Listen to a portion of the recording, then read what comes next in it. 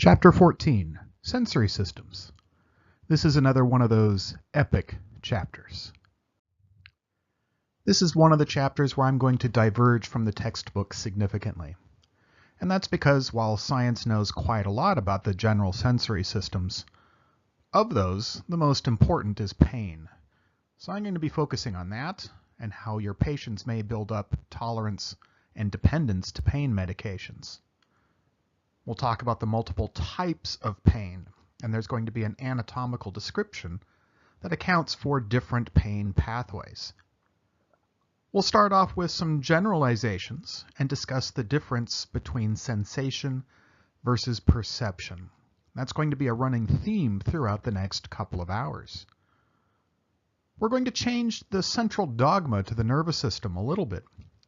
In Chapter 12, I said that neurons did not undergo mitosis. And today I'm going to tell you that, well, sometimes they do. Not often, but it is possible. We'll talk about taste maps. If you've ever learned about the regions of the tongue sensitive to different types of tastes, you've probably been taught something incorrectly. We'll learn why salt is a flavor enhancer. And if you were to leave salt out of foods that don't taste salty, like a cake or some cookies, they would taste gross, even though you don't actually taste the salt when it's in there. And we'll also talk about how spiciness is technically not a flavor. It's not something that our tongue picks up on taste buds.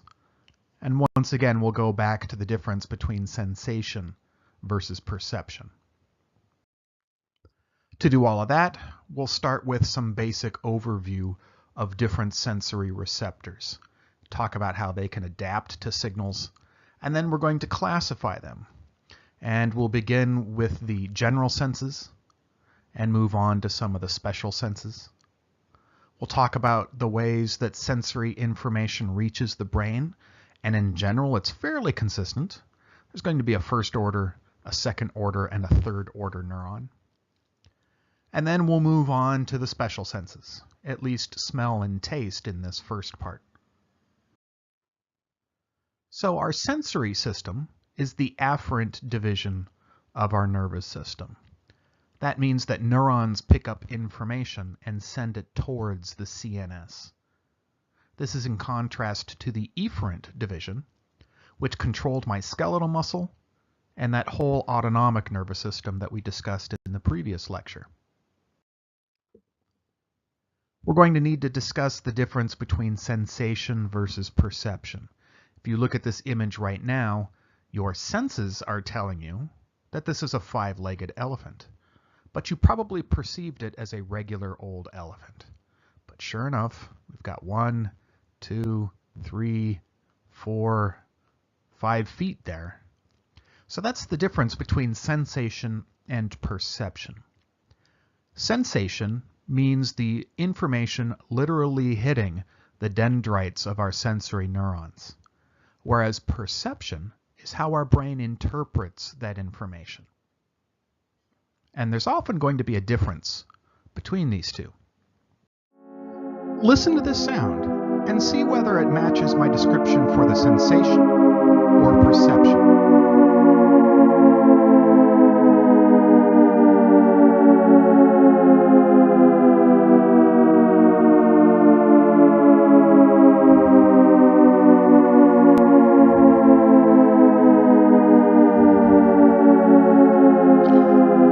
What you are listening to was a shepherd tone.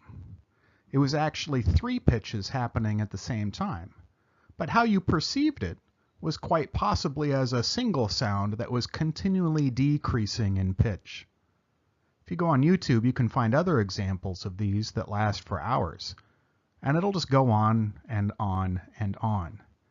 But what your brain perceives as a single pitch decreasing in tone is actually 3 pitches that get louder and then quieter, and then a new one starts. This is an auditory example of a difference between sensation and perception. Today we're going to start by discussing the general senses. These are ones that only involve dendrites attached to neurons sending information to the CNS. After about an hour or so, we'll move on to the special senses. These require extra organs to help the dendrites attached to neurons to send information to the CNS.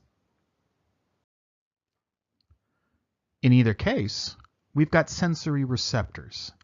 That's the name for the cells that detect information. Watch out, we've already used the word receptor to mean the proteins that we find on the dendrites that combine to chemicals like acetylcholine and norepinephrine.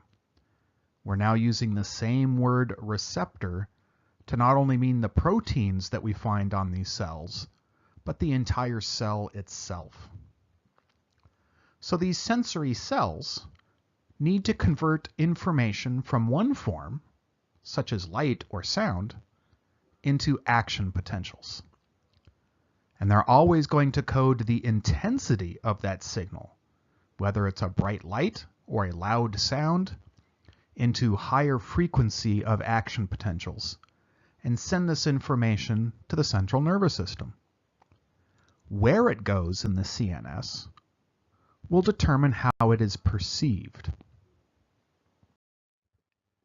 Next in our list of general concepts that will be true over the next 2 hours is the difference between receptor sensitivity and receptive field. Receptor sensitivity describes how capable a neuron is of detecting a small signal. On the other hand, the receptive field describes how wide of an area the dendrites extend for that one neuron. In general, a broader receptive field leads to a higher sensitivity.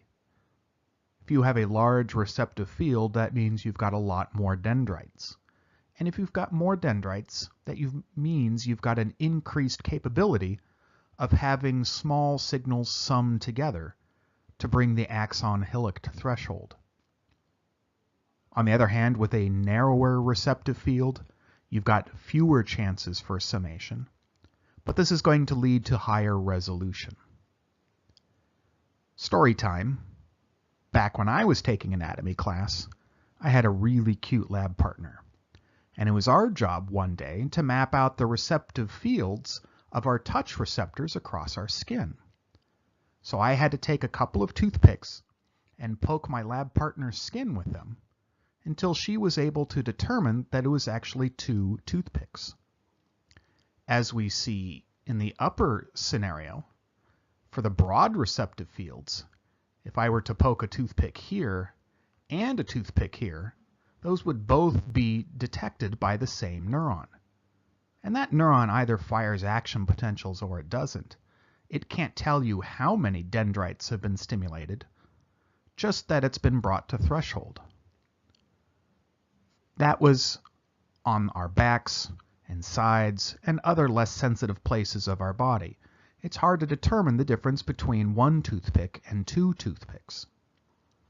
On the other hand, on the fingertips, our dendrites have much narrower receptive fields, and they are capable of determining the difference between 1 toothpick and 2 toothpicks. Stimulating this neuron here, it might fire an action potential, and this one over here might fire an action potential, with one in between not firing an action potential, and then your brain would register that this was 2 individual pokes rather than a single poke. Now, this was a very fun class for me because, as I mentioned, my lab partner was very cute, and she had to lift up various parts of her clothing so that I could poke her with toothpicks on her back, her belly, her thighs, etc. And years later, I gained a significant enough interest in anatomy that I'm now teaching it. But enough about cute lab partners. Let's talk a little bit about resolution. I've got a couple of different pictures of Mario there at a very different resolution. Higher resolution means the pixels are smaller. The benefit of having really large pixels is you have more chances for summation. So this lower neuron here on the left has a wider receptive field. It could have a bunch of dendrites stimulated, and they could all sum together, and this neuron might fire an action potential, telling you that it saw something, but I wasn't really sure what it saw. On the right-hand side, if I have a bunch of neurons with a much narrower receptive field, this will give me higher resolution. It's more pixels, but I don't get any chance for summation here. So if the signal is really dim, I may get no information reaching the brain at all. It would take a much larger signal for my brain to become aware of it, but when it did, it would be a high-resolution image. Next in our general overview is the concept of adaptation. Many neurons, not all, but many neurons are capable of adapting to signals that do not change. Meaning if their dendrites are continuously stimulated, the neuron may start by firing action potentials, but eventually it'll stop firing action potentials, and information will no longer reach the brain. It has adapted to a stimulus that is not changing. Receptors that do that are called phasic receptors. They are going to adapt to signals, and they're only going to send information to the brain when something changes. In contrast to that, tonic receptors do not adapt. They are going to constantly send information to the brain, even if it's not changing. Couple of quick examples. Pain tends to be tonic, meaning if you injure yourself, those pain receptors are going to keep sending information to your brain, and you're going to keep feeling the pain for hours and hours, or days and days, until the repair process has been completed and the injury is no longer there. On the other hand, many of our pressure receptors in our skin are phasic. They're only going to tell us when things change. You were alerted to the weight of your shirt when you put it on in the morning, for instance, but those neurons do not keep telling your brain that you've got a shirt on all day long. They're only going to tell your brain that something has changed when you take that shirt off. There are two major mechanisms by which neurons can adapt to signals that don't change. So if we have a neuron here with a few neurotransmitter receptors, and these are getting a signal that is not changing, this is going to stimulate the neuron. But ultimately, we want to quit responding to this signal, even when it's still there. One way that neurons can do this is by moving some of those receptors into a vesicle and pulling that vesicle into the cell, so that even though the signal is still there on the extracellular surface, most of the receptors have been internalized. We can call this activity-dependent receptor internalization. It means that as receptor proteins are active for long periods of time, they tend to become internalized or moved inside the cell. Our second mechanism is that receptors can often activate enzymes that are capable of phosphorylating those receptors, which changes their shape. And it can change their shape enough that the active site no longer fits the chemical that should bind to it. And even though that chemical, or whatever signal that it is still there, those receptors on the dendrites are no longer responding. We call that activity-dependent receptor inactivation. It's still dependent upon sustained activity. We have to stimulate that receptor protein for a while, but then it tends to become inactivated by a chemical reaction. Second messengers are really good at doing this.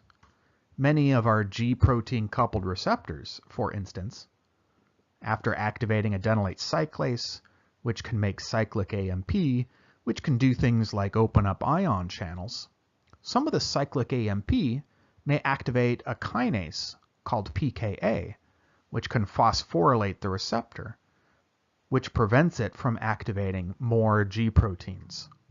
So even though the signal is still there, we're not doing anything in response to it.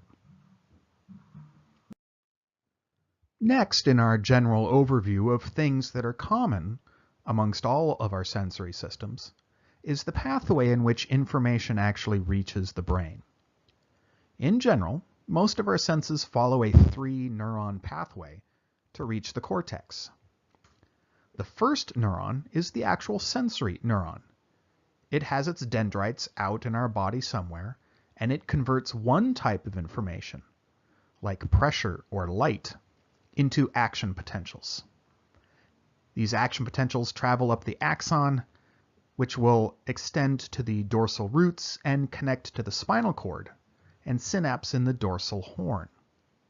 A second-order neuron has its dendrites there, and its axon would travel up the dorsal column to reach the thalamus. The thalamus was our relay center for most sensory information. If the thalamus decides that information is important enough, a third-order neuron, whose dendrites and cell body are in the thalamus, would become activated, but its axon would relay this information to part of the cortex, and we would become consciously aware of this sense, meaning we would perceive it. The thalamus doesn't have to relay this information to the cortex. We are receiving lots of information all of the time, and we aren't paying attention to all of it. There's a lot of sounds and smells and sights right now which you're probably not paying a heck of a lot of attention to. Maybe you've got a heater or an air conditioner in your room right now making a low humming sound, and your brain has been tuning out that information, at least until I started talking about it. Now suddenly your thalamus thinks it might be important, and you are now aware of that low humming or buzzing sound. So that's the main job of the thalamus. It was a relay center, and it was capable of filtering out some information. But it can make a decision as to whether to filter out that information or not. You were ignorant of that buzzing sound for a while until I talked about it, and then suddenly you could hear it. Now, there are some changes to this pathway for different senses. For instance, not all of our senses go to the spine.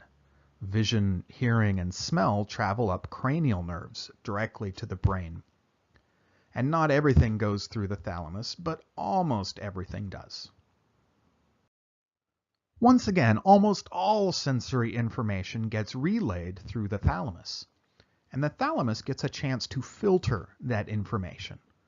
That's a very important task, because we are getting bombarded with all sorts of information, way more than we could possibly pay attention to all of the time.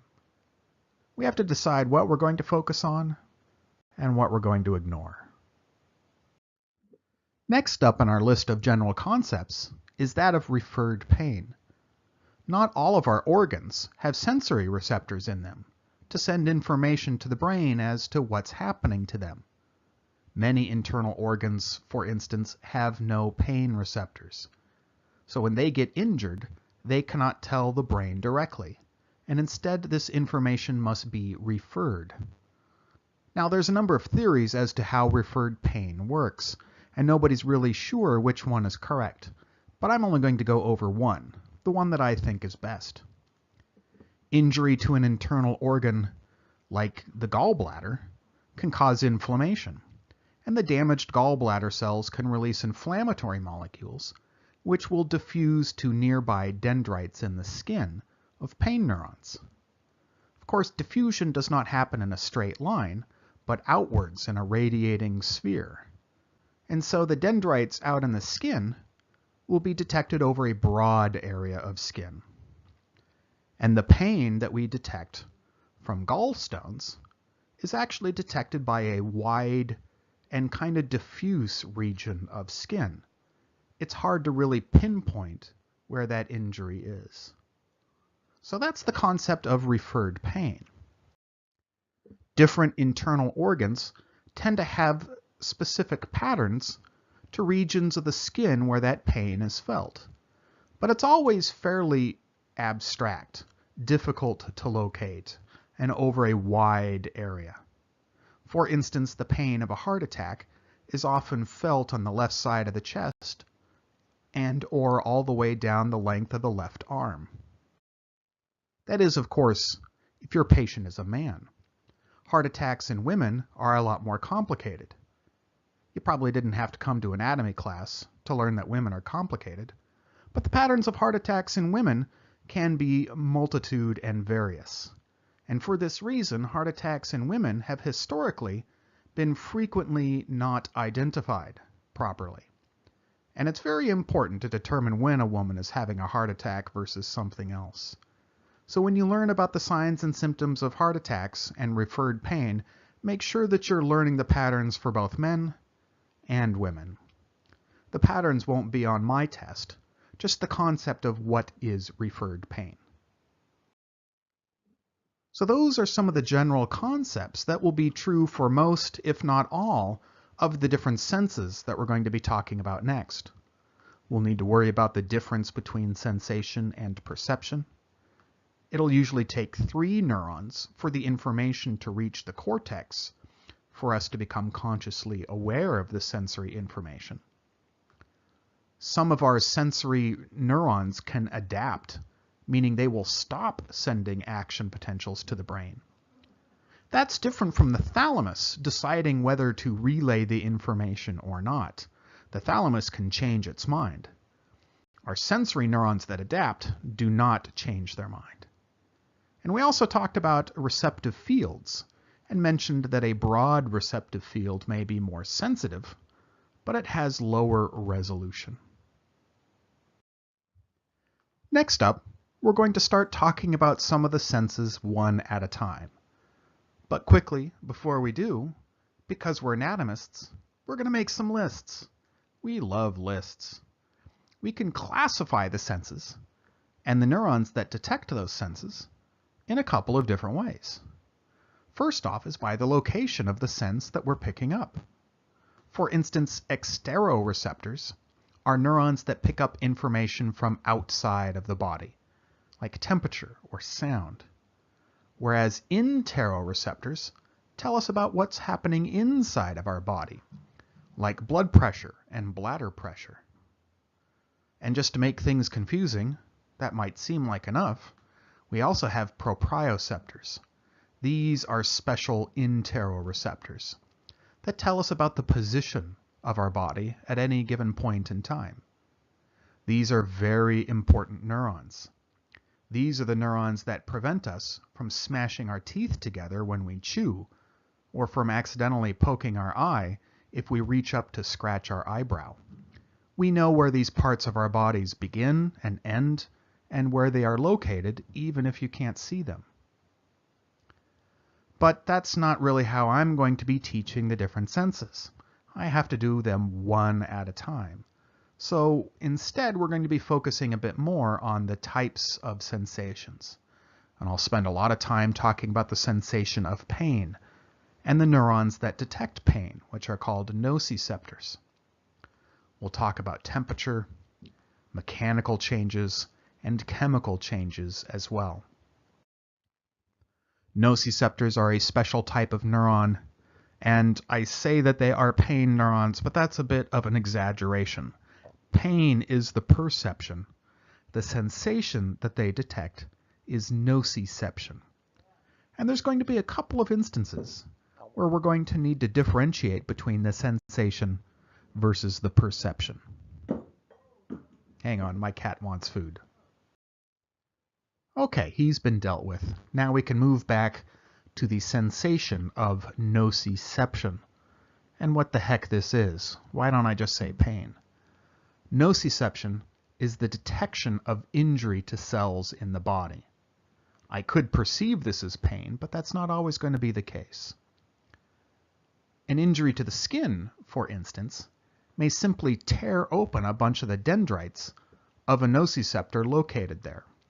And as those dendrites get torn open, that would allow sodium to rush down its electrochemical gradient and enter the cytoplasm, depolarizing the nociceptor, bringing it to threshold, causing it to fire an action potential, and sending this information to the brain, which the brain could interpret as pain. But you don't have to literally damage the nociceptor for these cells to detect that there's damage to the body somewhere. For instance, the nociceptor may be intact, but if cells nearby are damaged, they will release inflammatory molecules, which will slowly diffuse until they reach the dendrites of the nociceptor and bind to receptor proteins on the dendrites. So these inflammatory molecules behave like neurotransmitters, binding to receptor proteins, triggering graded potentials, and if those graded potentials are strong enough to bring the axon hillock to threshold, this neuron fires an action potential, and it gets sent to the brain, and the brain probably perceives this as pain.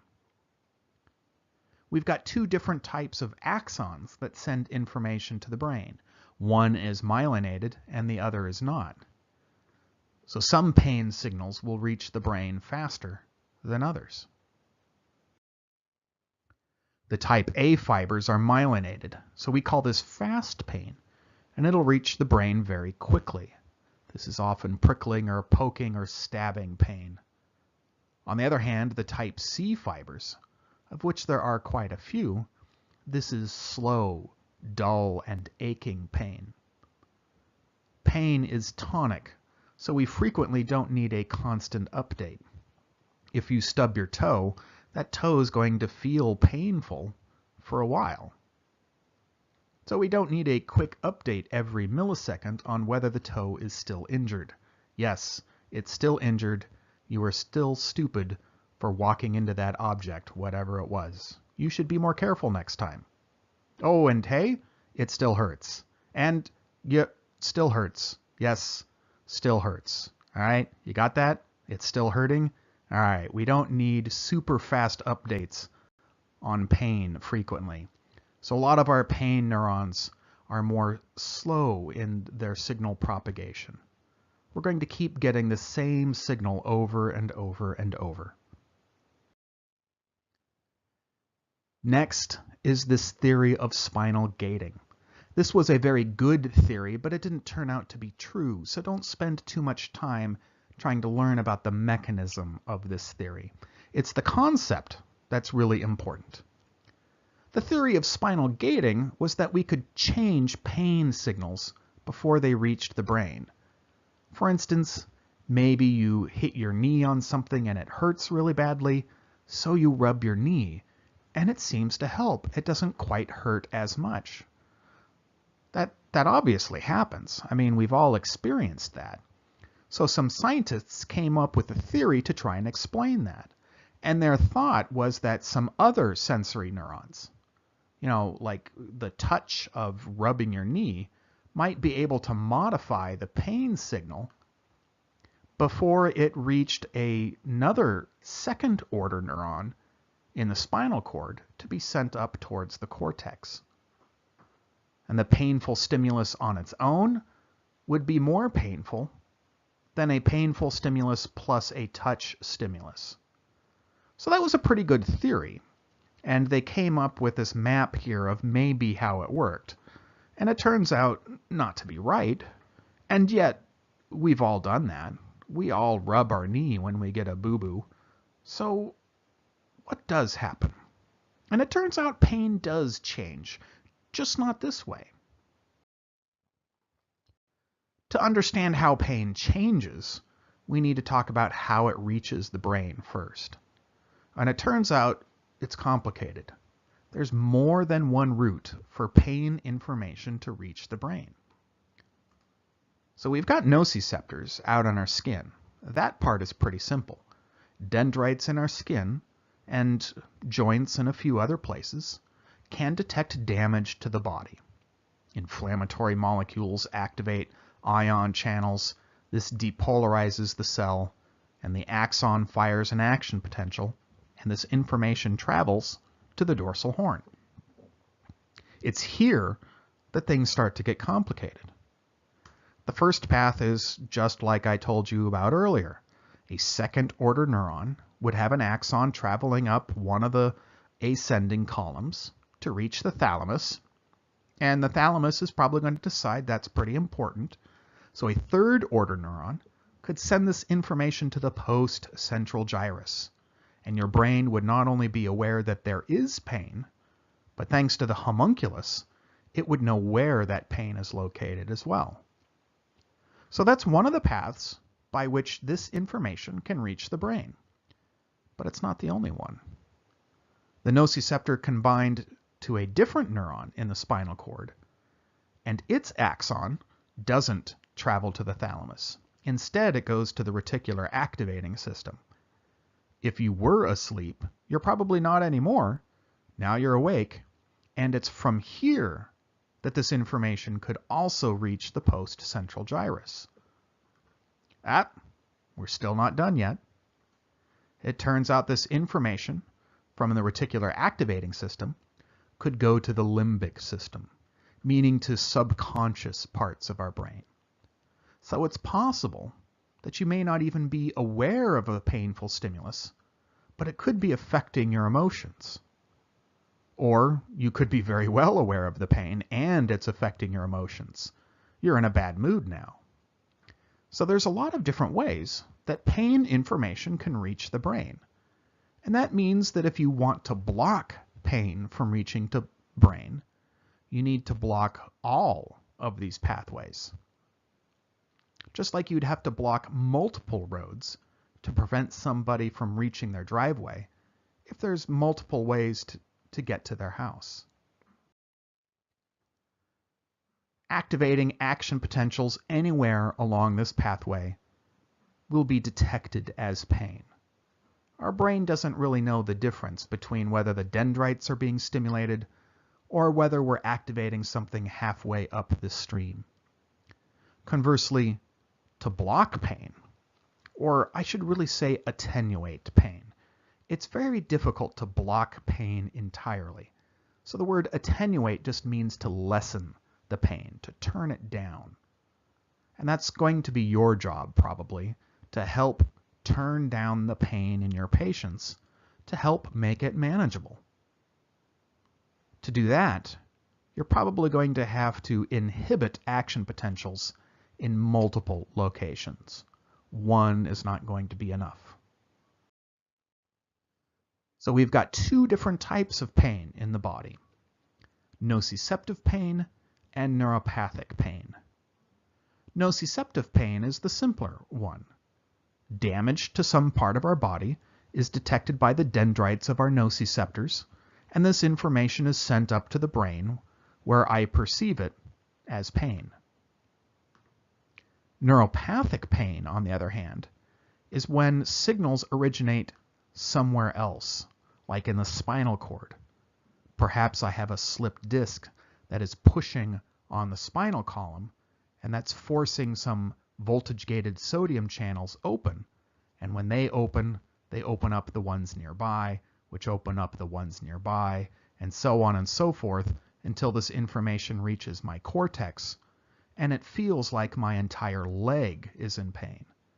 And that's because my brain doesn't know that the signal was starting halfway up. It's always going to assume that the signal came from where the dendrites are located. To treat nociceptive pain, we can use drugs that block the receptor proteins on the dendrites. NSAIDs like aspirin and opiates are really good at doing this. Those don't work very well for neuropathic pain. That's because dendrites aren't really involved. So to treat pain that arises from within the nervous system, we're going to have to use drugs that mess with action potentials. For instance, anti-seizure medications like gabapentin might be used to treat neuropathic pain, whereas morphine would be better at treating a really bad broken leg. Let's go back to that spinal gating theory, the idea that we could change how painful a pain signal was. And while they got the mechanism wrong, the idea was absolutely right. And it turns out that activation of the limbic system can activate neurons that travel down to the spinal cord and cause EPSPs or IPSPs on some of these second-order neurons, making them more sensitive or less sensitive.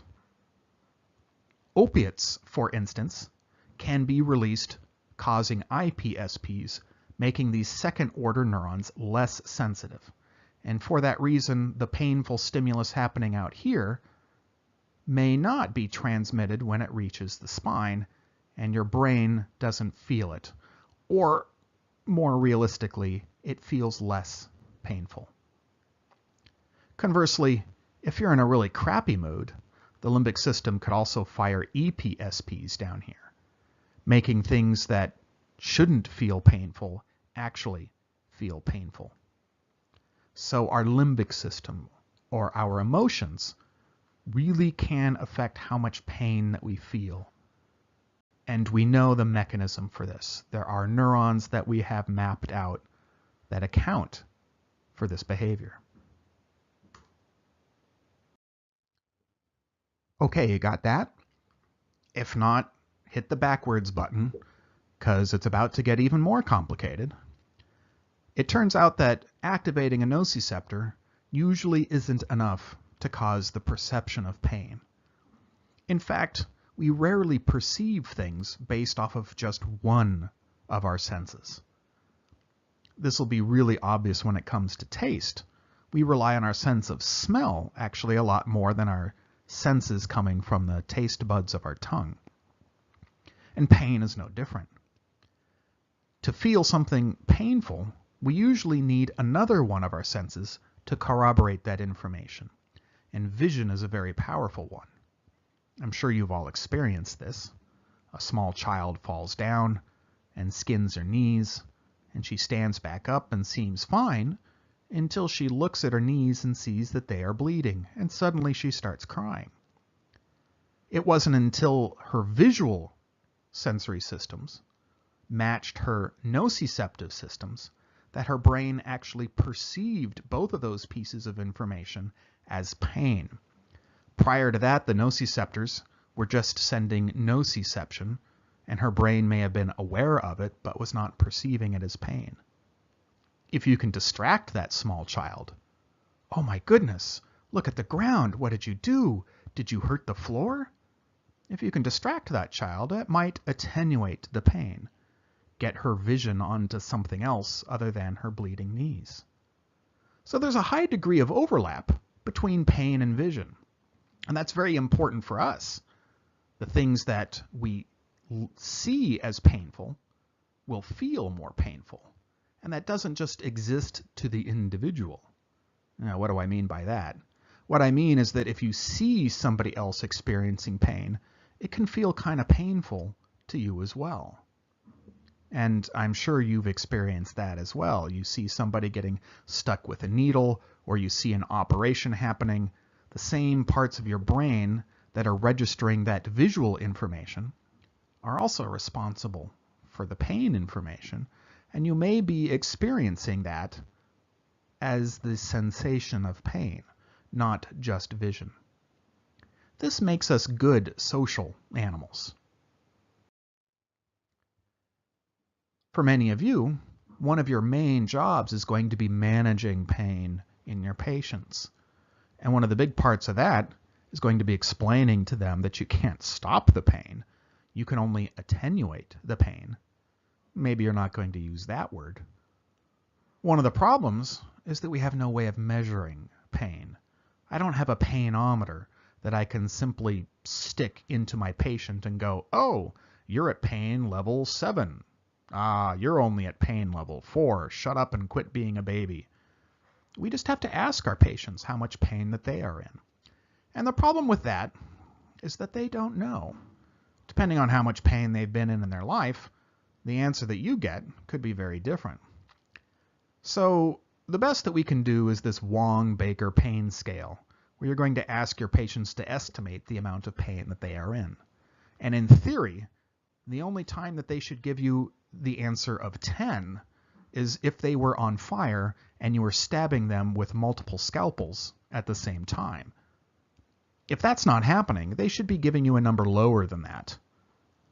For many hospitals, if patients give you a number even higher than 10 out of 10, more than the maximum amount of pain possible, you're going to treat that as a 0, and you're going to leave and not give them any pain medication at all, until they learn to play the game properly.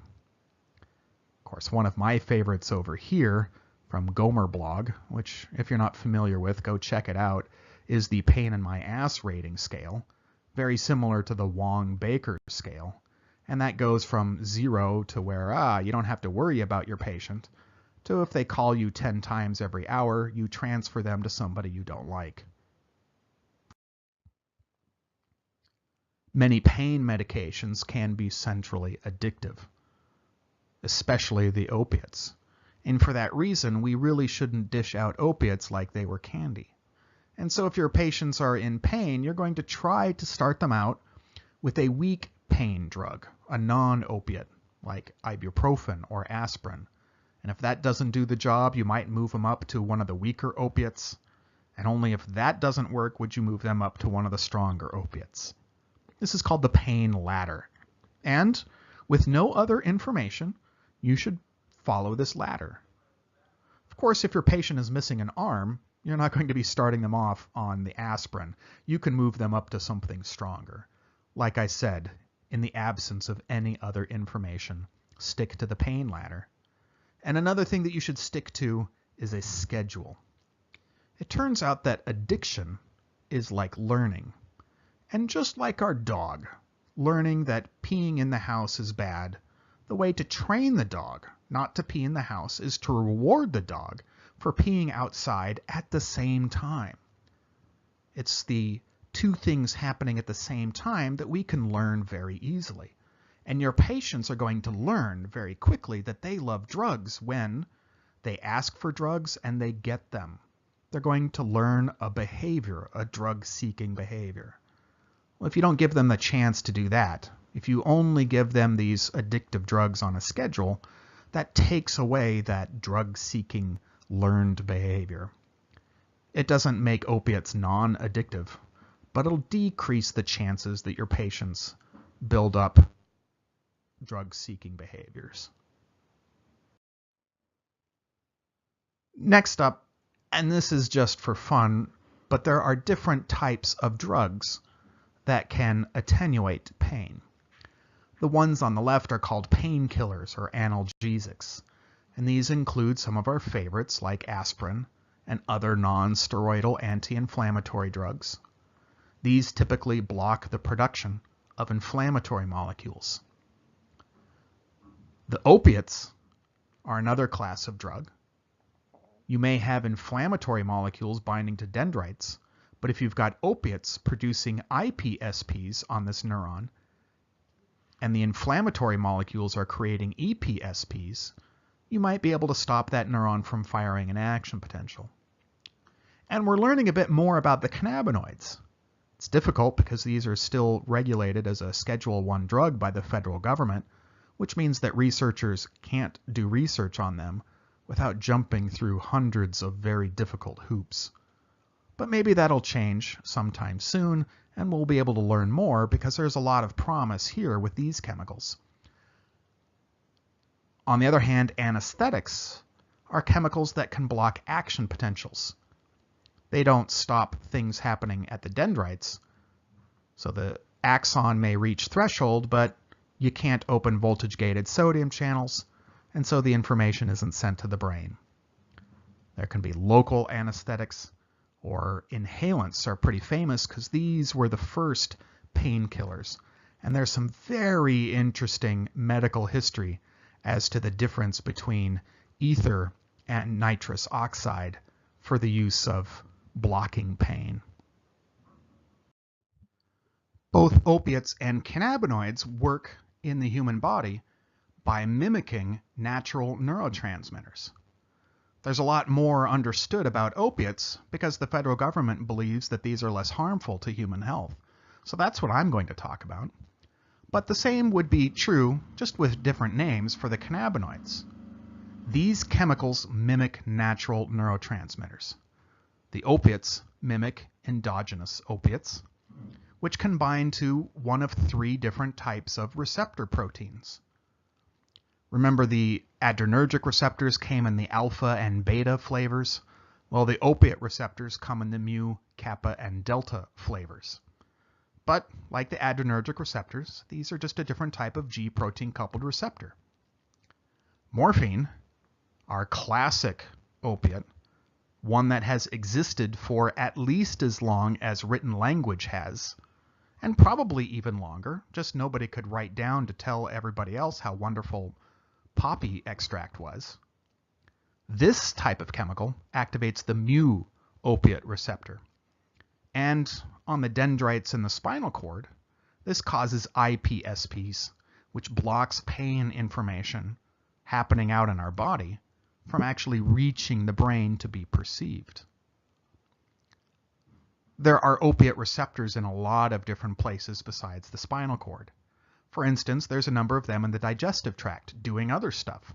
And for that reason, morphine can block the movement of food through the GI tract, causing constipation and loss of appetite. The opiate receptors are also found in the nucleus accumbens, and here this causes activation, which leads to reward and euphoria.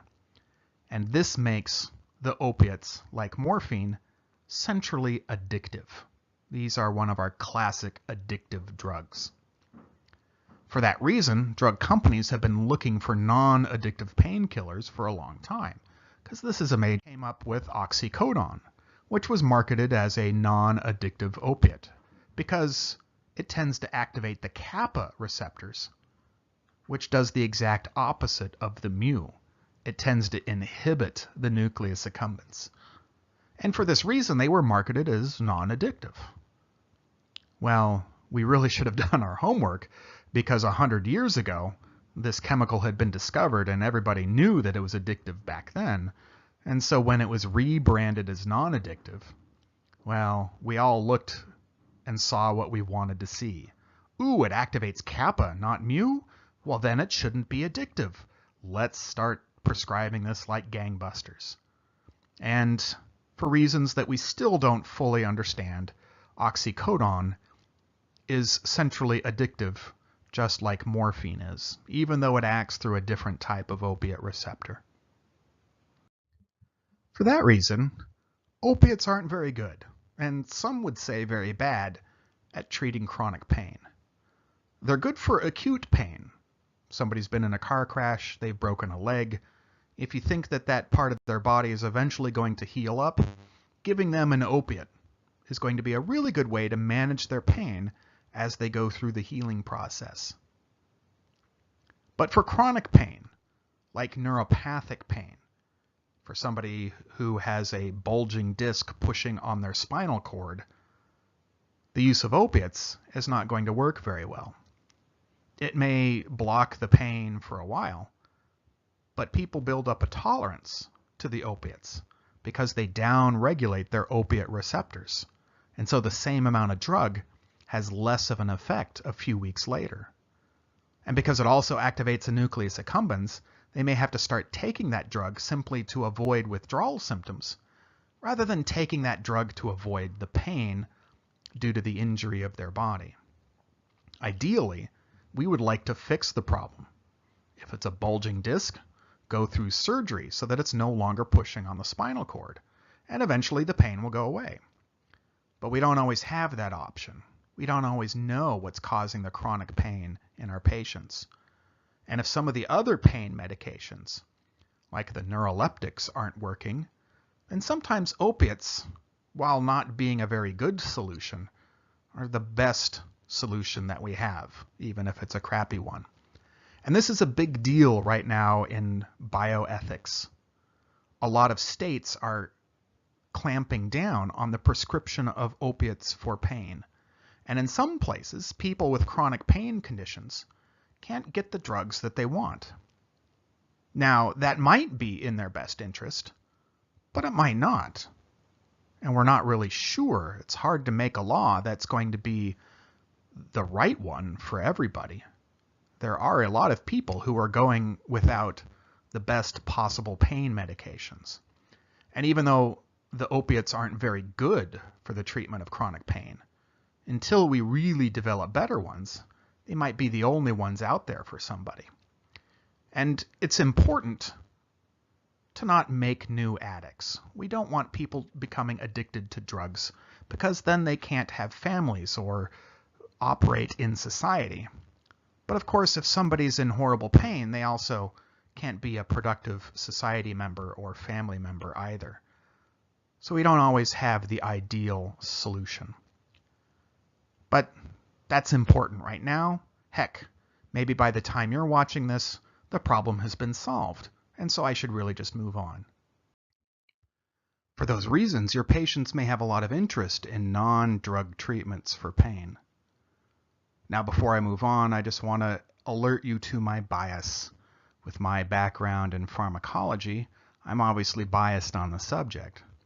But I also understand more than your average person the limitations of drug treatments.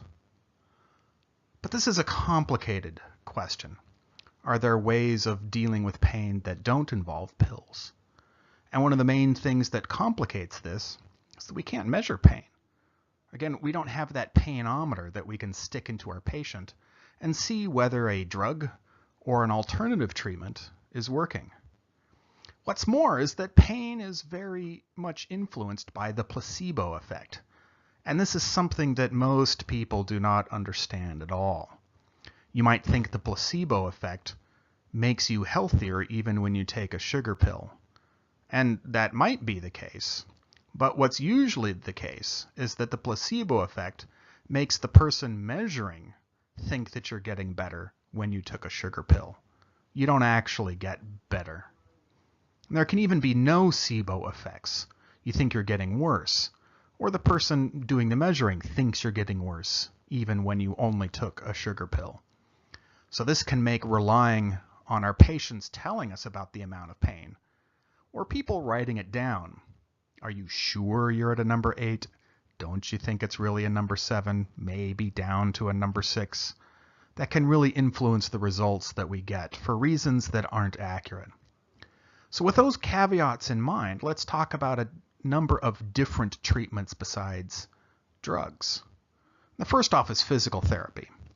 And this has never been considered alternative medicine. This has always been strictly science-based medicine. And for good reason. It's based on science and always has been. So I'd like to talk a little bit about how some different treatments can treat low back pain, which is probably the most complicated type of pain that we can try to treat. So I'm asking whether these treatments work for one of the hardest types of pain to treat. And some of the best evidence that we have today would suggest that there's very good confidence in thinking that physical and occupational therapy can have benefits for people who have low back pain. Next up is massage therapy. And I love massage therapy. Back when I was learning about science, this was strictly considered alternative medicine. Oh, you're going to the massage therapist, are you? You stupid hippie. Ha ha ha, that's not gonna work. And the industry of massage therapists have very much welcomed scientific inquiry. And more power to them, because what they've found is that massage therapy works very well for certain conditions and not well for others. And they aren't afraid of that information as a group. In fact, they embrace it. And what we found is that massage therapy is not very beneficial for low back pain. That's okay. It's very good for a number of other types of musculoskeletal pain, but just not good for this type. And that's okay. We don't want a one-size-fits-all treatment for everything anyway. So the fact that massage therapy doesn't work very well for this type of pain doesn't mean that it's bogus. Moving on, chiropractic. This has been shown to be just as effective as opiates without the side effects. And that may sound really good. Well, heck, avoiding the side effects of opiates is really good. Just keep in mind that's a really low bar to set for whether a treatment is beneficial or not. On the previous slide, remember I told you that opiates were not good at treating pain. And for some people, it might be the only treatment or the best treatment, but it's still not very good. Still, if we can avoid the side effects, that's great. Next up is acupuncture, and this has been shown to have short-term benefits, near placebo or at placebo levels. And this is not to say anything about acupuncture as a whole. Again, just for this one instance. And when something is only as good as placebo, that means it's not working.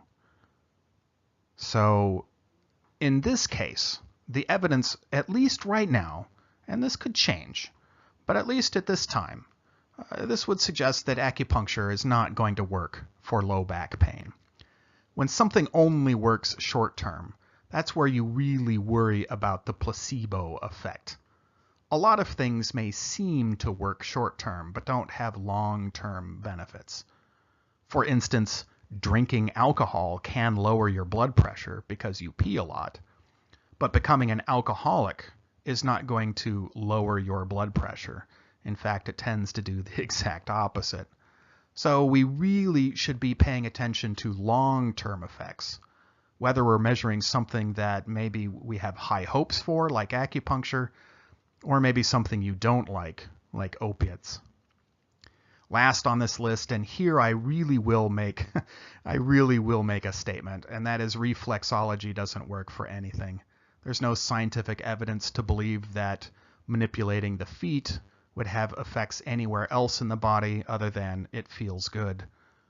So I would not suggest referring your patients to any sort of reflexologist for any sort of condition, especially not something as complicated as pain. Moving on in chronic pain management, my prediction is that we're going to have to pay a lot more to the cannabinoids and some other chemicals that are released by glia. It turns out that pain signals, for instance, being transmitted from the second order to the third order neuron, can be modulated by the activity of glia, like astrocytes. These cells can release other chemicals that act as neuromodulators, making the postsynaptic cell more sensitive. They actually make you more sensitive to pain. And so maybe we shouldn't be designing drugs that affect neurons. Maybe we should spend more time designing drugs that affect the activity of the glia. For instance, one of those drugs is called Sativex. It mimics a cannabinoid. THC, one of the active components of marijuana, can activate all sorts of cannabinoid receptors, whereas Sativex only activates one of them, meaning it can attenuate pain. It has the same pain-lowering properties as smoking or eating marijuana without having the same central effects. It doesn't have the euphoria, for instance, or the change to appetite.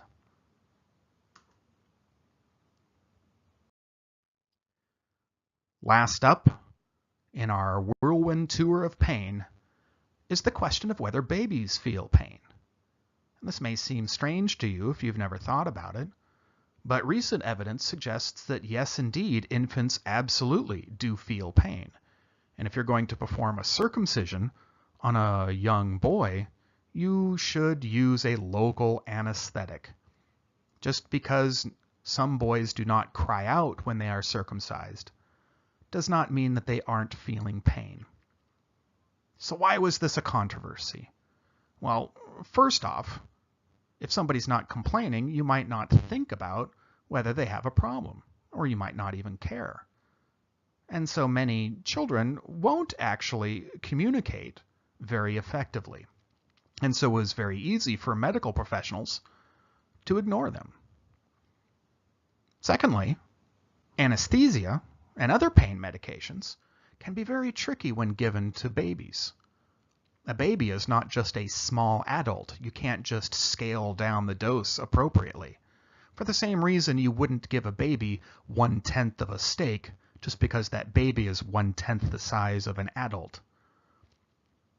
Of course, the side effects for an anesthetic are a lot worse than the potential side effects of eating a steak. So it's sometimes a little bit dangerous to give kids pain-altering medications. But that doesn't mean that we shouldn't.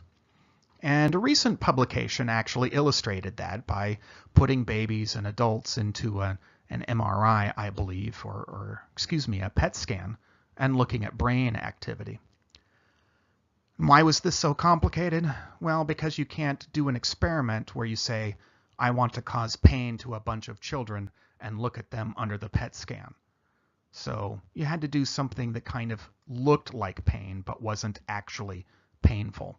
And the study put pressure on the feet, which wasn't painful, but caused similar activity in the brain of adults as actual pain. And so it seemed like a good way to mimic pain in babies without actually causing pain to those babies. So that wraps up pain. And I spent a heck of a lot of time on it because it's the most medically relevant of our general senses. But that means I'm not going to have much time to spend on the rest of the general senses.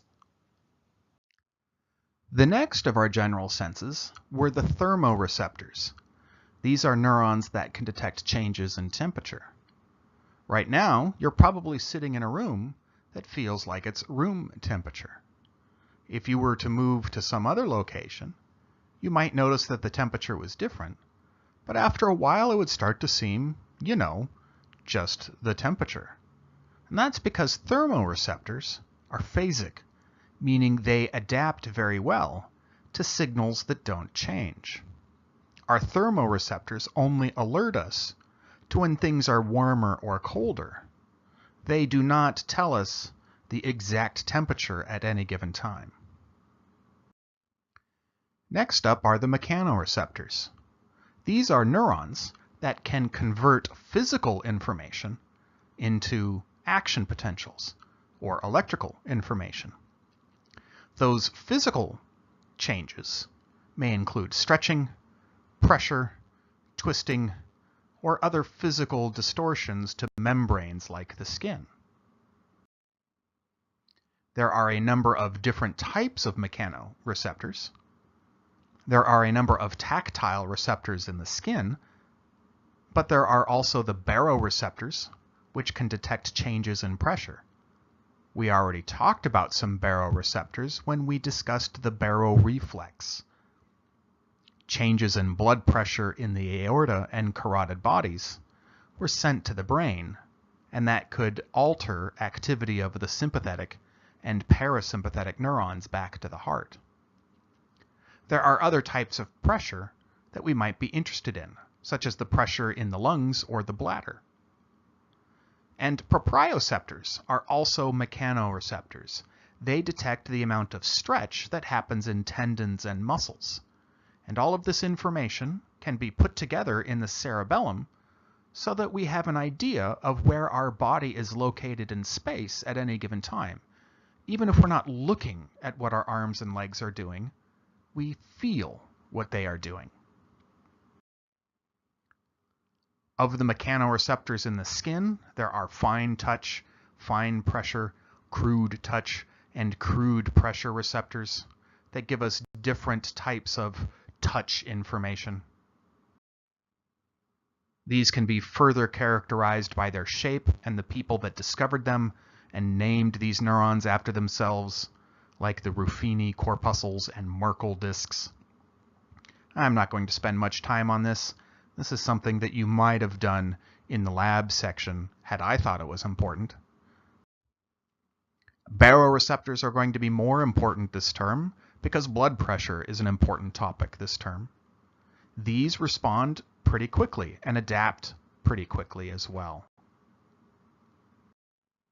Proprioreceptors are found in our tendons and muscles and a few other places, and most of this information is sent to the cerebellum as well as the cortex.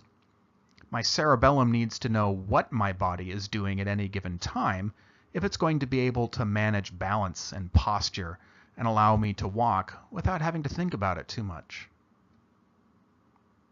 For instance, if you close your eyes and touch your fingers to your nose, you've just used a bunch of proprioceptors to help guide your finger towards your nose, even if you weren't looking at it.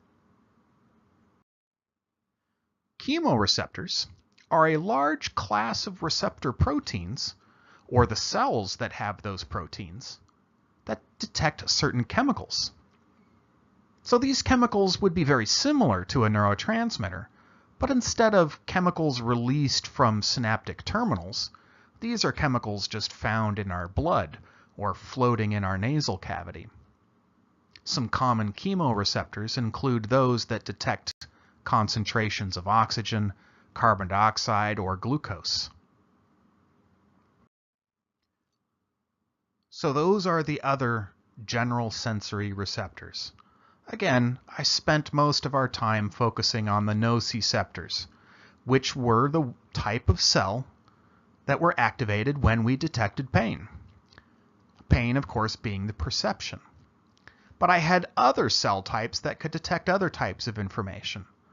The thermoreceptors for temperature, a large number of mechanoreceptors for different physical information, and the chemoreceptors, which could detect a specific type of chemical. But that's going to wrap us up for the general senses. And again, we covered a number of basic concepts that were common amongst both the general senses, but are also going to be common amongst some of the special senses that we're going to be covering next. The special senses are those that require extra organs to help the dendrites of the receptor cells to convert information from outside of the body into action potentials. Our special senses include smell or olfaction, taste or gustation, vision, equilibrium, and hearing. Let's start with the sense of smell. Technically, smell is the perception, whereas olfaction is what happens in the nasal cavity, where chemicals floating in the air can bind to cells and trigger action potentials. Those action potentials may be interpreted in the brain as smell, but the conversion of chemical signals in the nasal cavity into action potentials in neurons from cranial nerve 1, that is olfaction. So the dendrites of these neurons extend into the mucous membrane of the olfactory epithelium. These olfactory receptors are very special types of neurons. One thing that's very special about them is that their dendrites are right there at the surface of the body, meaning they're going to come into contact with a lot of damage. We inhale a lot of stuff all day long that can kill cells. Because most of those cells are epithelial and are rapidly dividing, that's no problem. I don't think about that damage. It just happens and the cells get replaced. But the dendrites to the neurons, that's harder to replace. And if you were to kill the neuron, well, we said a few weeks ago that neurons don't divide. I wouldn't be able to get it back. So the olfactory receptors are going to be very special. When their dendrites detect information, this will be converted into action potentials that travel up cranial nerve 1. This starts at the olfactory bulbs, which kind of sit there down on the ethmoid bone on the cribriform plate, and they travel all the way back to the brain. This is one of the type of senses that does not actually go through the thalamus. One of the others was pain. Pain could go through the thalamus, but it didn't have to. There were alternate pathways that went around the thalamus, and smell is another one. In order to smell something, you first have to be aware that there are chemicals floating around in the air. And the olfactory neurons in your olfactory epithelium have to convert those chemical signals into electrical signals.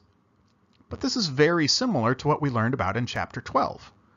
Instead of neurotransmitters binding to neurotransmitter receptors on the dendrites of neurons, now we've just got chemicals floating in the air, binding to receptor proteins on the dendrites of the olfactory receptors.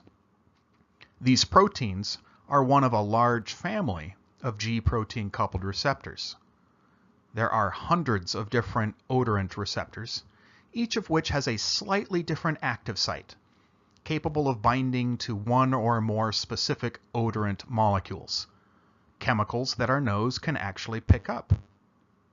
Not every chemical has an odor, meaning I don't have receptor proteins that can bind to carbon dioxide or oxygen in my olfactory epithelium. And for that reason, oxygen and carbon dioxide don't have any smell, but other things do. And that's because those chemicals bind to not ligand-gated ion channels. They bind to G protein coupled receptors. And that's actually very important. We want to be able to detect very small quantities of a chemical in the air. And second messenger linked receptors are good because they amplify signals. And that's something we definitely need to do when it comes to the sense of smell. I mentioned earlier that the dendrites to these olfactory receptors extend all the way out to the surface of the olfactory epithelium. And for that reason, they come into contact with a lot of toxins and poisons. Smog, pollution, and other nasty stuff can damage cells. There's a lot of epithelial cells that get replaced there all of the time. And neurons can grow new dendrites if their old ones get damaged. But with enough damage, those neurons might actually die. And it turns out that does happen in our olfactory epithelium. So the neurons here do something pretty darn special. They go through mitosis, which is not very common for neurons throughout the rest of the nervous system. In fact, we said earlier that neurons don't do that, with a few exceptions. One of the other exceptions is shown to the picture on the right. Neurons actually do this in the hippocampus as well. We're not entirely sure what the neurons are doing dividing in the hippocampus. But if you inhibit this cell division, it tends to lead to diseases like depression. So we should probably be studying how the neurons of the olfactory epithelium can undergo mitosis. When other neurons don't do this, or when they do and they don't do it enough, it leads to diseases like depression. So this is a very important concept. It's already put into application once.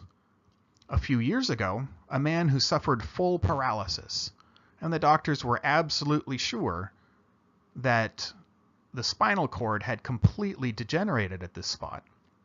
They took some of the neurons from his olfactory epithelium, removed them, and injected them into the area of his spine that was damaged. And it turns out those neurons were able to divide. And rather than becoming olfactory receptors, they realized they were in the spinal cord, and they became spinal neurons. And this man was able to regain some motor control over his body, and in fact has been learning to walk with a lot of support. But that's 100% different from what we actually do in medicine.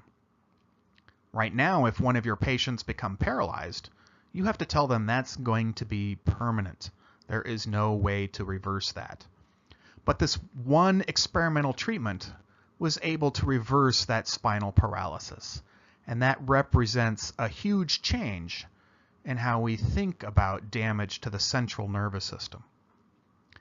This was done in Poland, and it was only one patient, so we have to hold our breath a little bit and see if this can be repeated.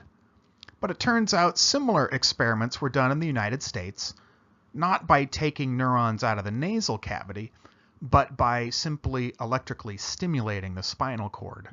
That seemed to be able to induce some growth and cell division as well. How? I don't know, but again, I think the important part is not so much how it works, just that it can work. So pay attention to this in the future. Again, this is not currently medicine. This is still experimental science at this point, so I can't promise that this will actually hold true. Right now, it's just promising. Next, let's move on to gustation. This is what happens when chemicals bind to taste receptors on the tongue. This is a big part of taste, but taste is a perception that occurs up in the brain, and like pain is going to involve more than one of our sensory systems.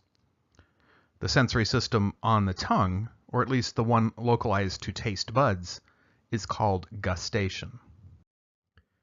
Let's start with some tongue anatomy.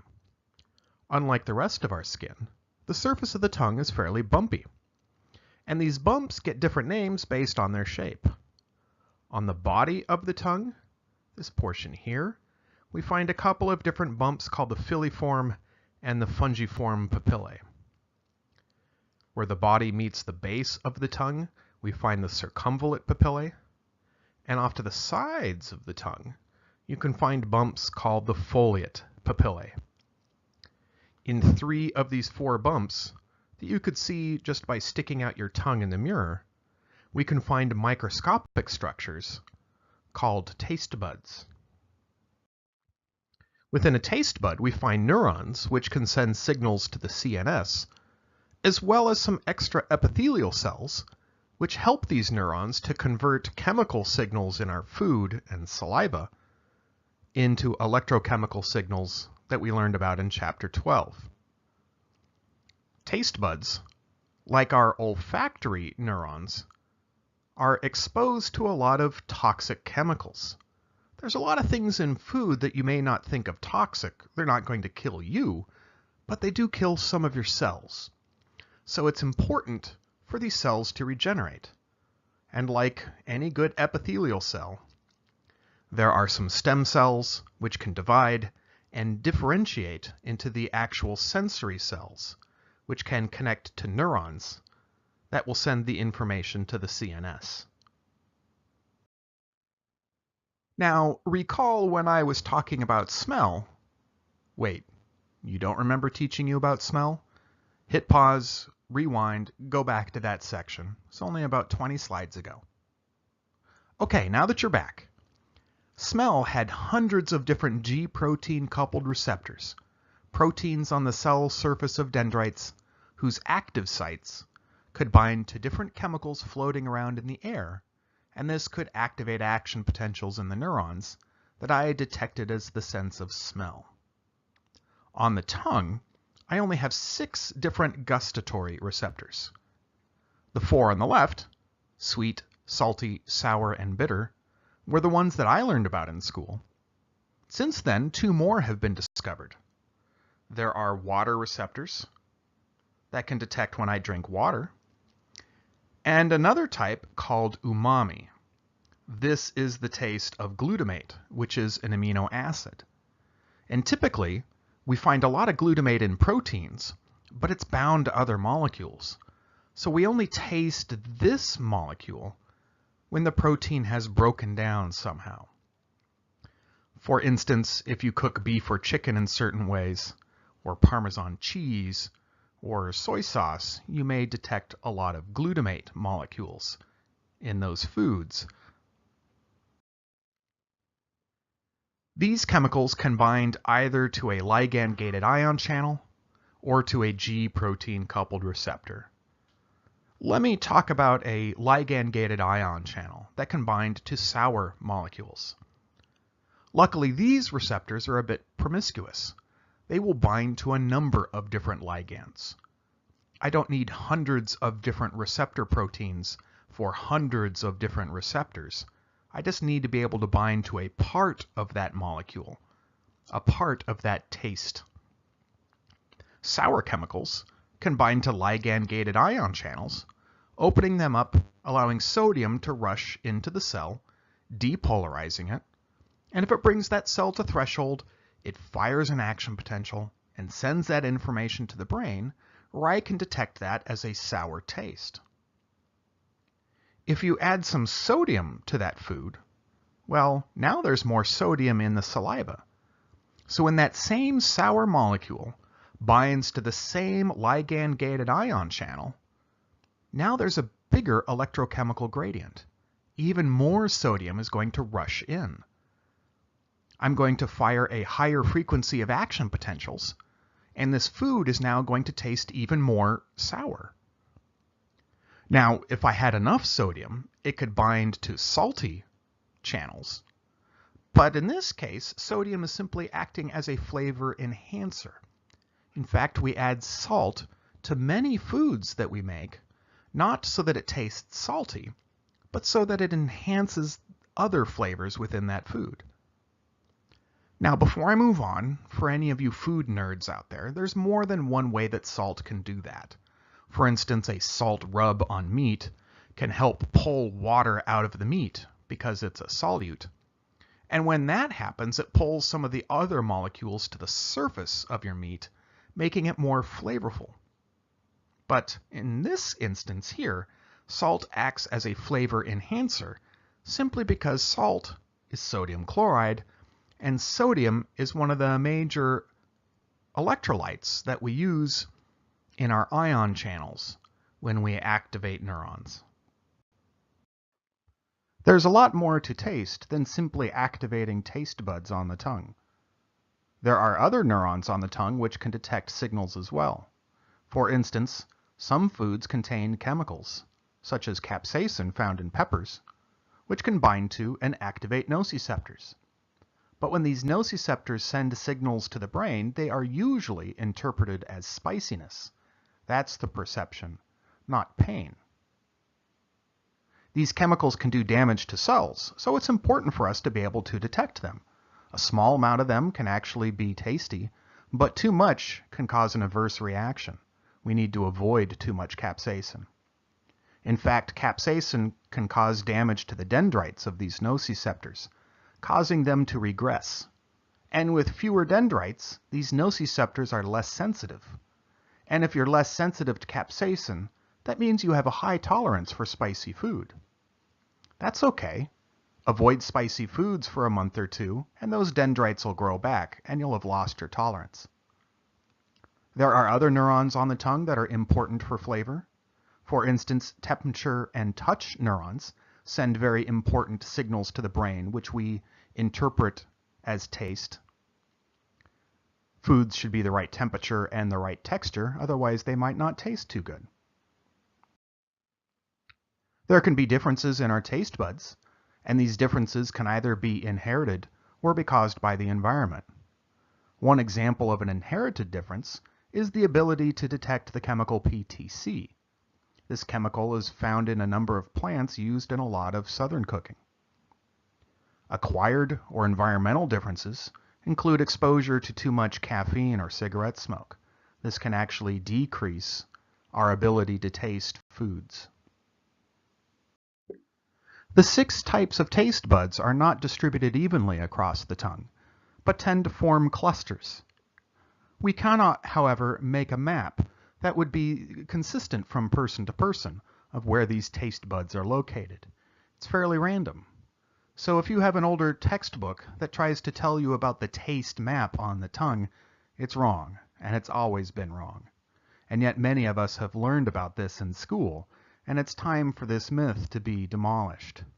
This just goes to show that a lot of textbook authors simply look to the previous textbook to determine what should go into their textbook, rather than actually trying to determine if what they're saying is true. We've seen a pattern here that's going to be true for the next couple of hours. That is that the perception that occurs up in the brain actually relies on more than one of our senses. The perception of taste relies not only on gustation, which occurs on the tongue, but also activation of nociceptors, temperature and touch receptors. And a large part of taste involves activation of the olfactory epithelium in the nasal cavity. And I didn't even go into memory. That's a big part of taste as well. If you got sick from a food once, you're probably not going to like the flavor of that food ever again. That memory alters how it tastes. It doesn't change the activation of taste buds on the tongue, but it changes how you perceive that information. So this would be a good spot to take a break, grab some food, get something to drink, think about gustation and olfaction, and I'll meet you when you're done. Okay, welcome back. In this second part of the lecture, we're going to learn about the ear. And I'll discuss talking to Ralph on the big white phone, and why it is that when we get dizzy, that sometimes makes us want to vomit. We'll talk about a number of different types of vertigo that will help explain different aspects of the physiology of the inner ear. We can also ask the question, are you able to make your ears click, producing a sound that only you can hear just by wiggling them a little bit? If you can, that means you have cortical control of a couple of tiny skeletal muscles in your middle ear. And if you have no idea what I'm talking about, then you can't control those muscles, and the rest of us are just better than you. We'll talk about how we understand speech and music. To do that, we'll actually have to go into a little bit of physics. We'll talk about high-frequency hearing loss and why that's so important to our ability to understand speech, but also our ability to locate where sounds are coming from. And lastly, we'll talk about cochlear implants, which I think are a cool example of bionics, using machines to enhance human abilities. To do all of that, we'll start by discussing the outer ear, move our way to the middle ear, and then to the inner ear. And as we do so, we'll have to learn about a few diseases which help explain the physiology that we're discussing. And we'll even have to go into a tiny bit of physics to truly understand how the inner ear works. Let's start with the auricle, which is what most people would call their ear. These are structures that help with localizing sound. So we'll come back to this when I talk a bit about physiology. This will open up to the external acoustic meatus, inside of which there are a number of ceruminous glands. These are modified sweat glands that produce a waxy material, which helps to trap microorganisms and push them outside of the body. The external acoustic meatus terminates in the tympanic membrane. This structure is very important for hearing. It does the opposite of what a drum head does. And this is where it gets its name, tympanic or tympany. If you were to smack a drum with a drumstick, the head of the drum would vibrate and it would produce a sound. The tympanic membrane does the opposite. Sounds cause it to vibrate. If it can't vibrate, then it can't transmit sounds to the middle ear, and this leads to problems with hearing. Damage to the tympanic membrane in the form of a rip or a tear, or even pressure on this membrane caused by inflammation, can prevent it from vibrating properly. For instance, a middle ear infection may cause fluid to build up behind the tympanic membrane, putting pressure on it and limiting its ability to move. And when this happens, it will limit our ability to hear sounds.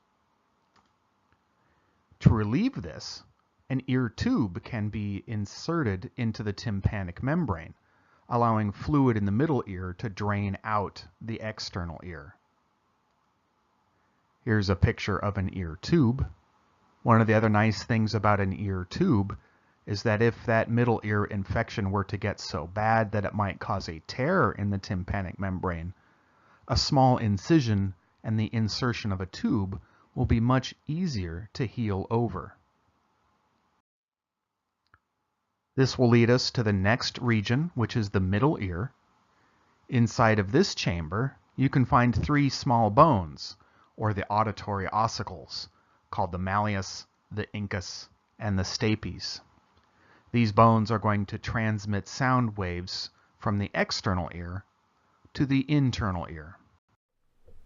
Vibrations of the tympanic membrane will cause the auditory ossicles to move, which will transmit the vibrations to the fluid of the inner ear.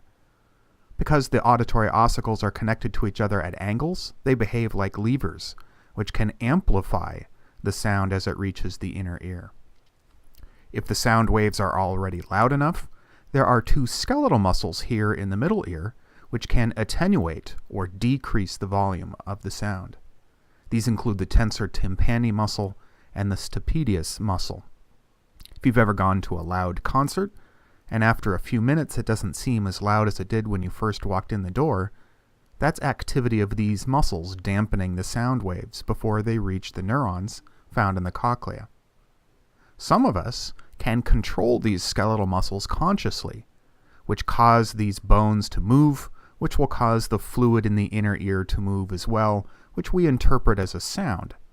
It sounds like a click or a thump. If you can't do this, you must just be in awe of those of us who can, right?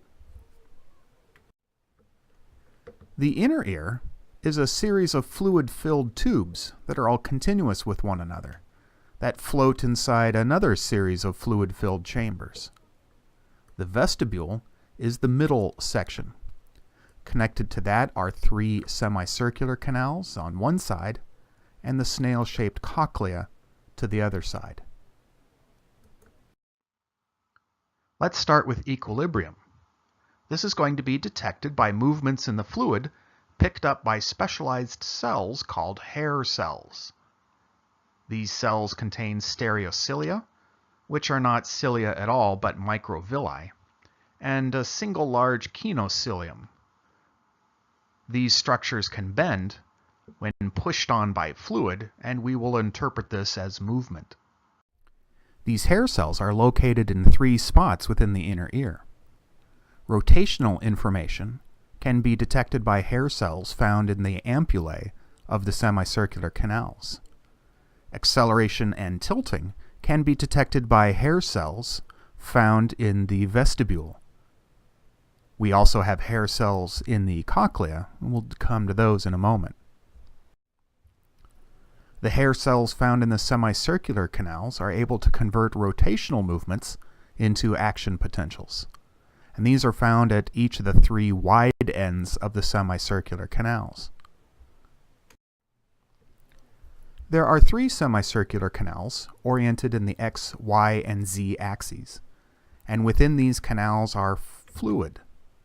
This fluid tends to have its own momentum, so that when the body rotates, the fluid tends to stay in place for a little while. And when we stop rotating, the fluid continues to move. It's the movement of this fluid pushing on hair cells that will allow us to interpret this as rotation. The hair cells in the vestibule get a little help from otoliths. Literally, that translates as ear stones. So there are tiny rocks within the fluid, and these rocks tend to have momentum, just like the fluid does.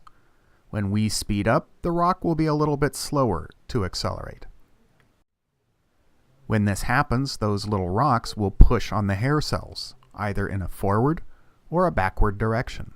And that can either open up ion channels or close up ion channels, as the stereocilia are getting pushed over or pushed away from openings in the plasma membrane.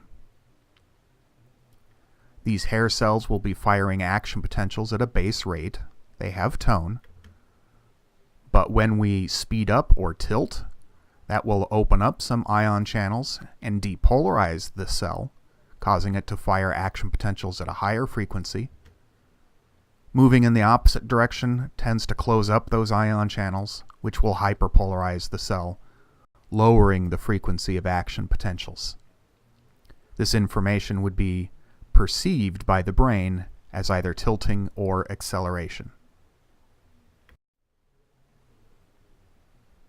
So, tilting and acceleration are detected in the vestibule. We can further subdivide the vestibule into the utricle and the saccule. And those otoliths actually contain both a gelatinous material as well as a crystalline material. For purposes of your exam, otolith will be enough. To summarize, rotation is detected in the 3 semicircular canals, while tilting and acceleration are detected within the vestibule.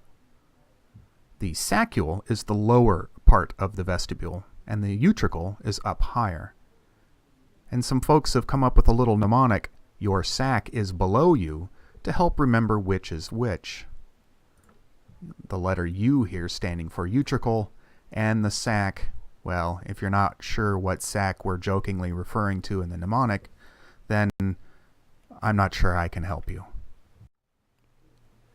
Rotational information from the semicircular canals can be sent to the brain in a reflex arc that will control the external eye muscles.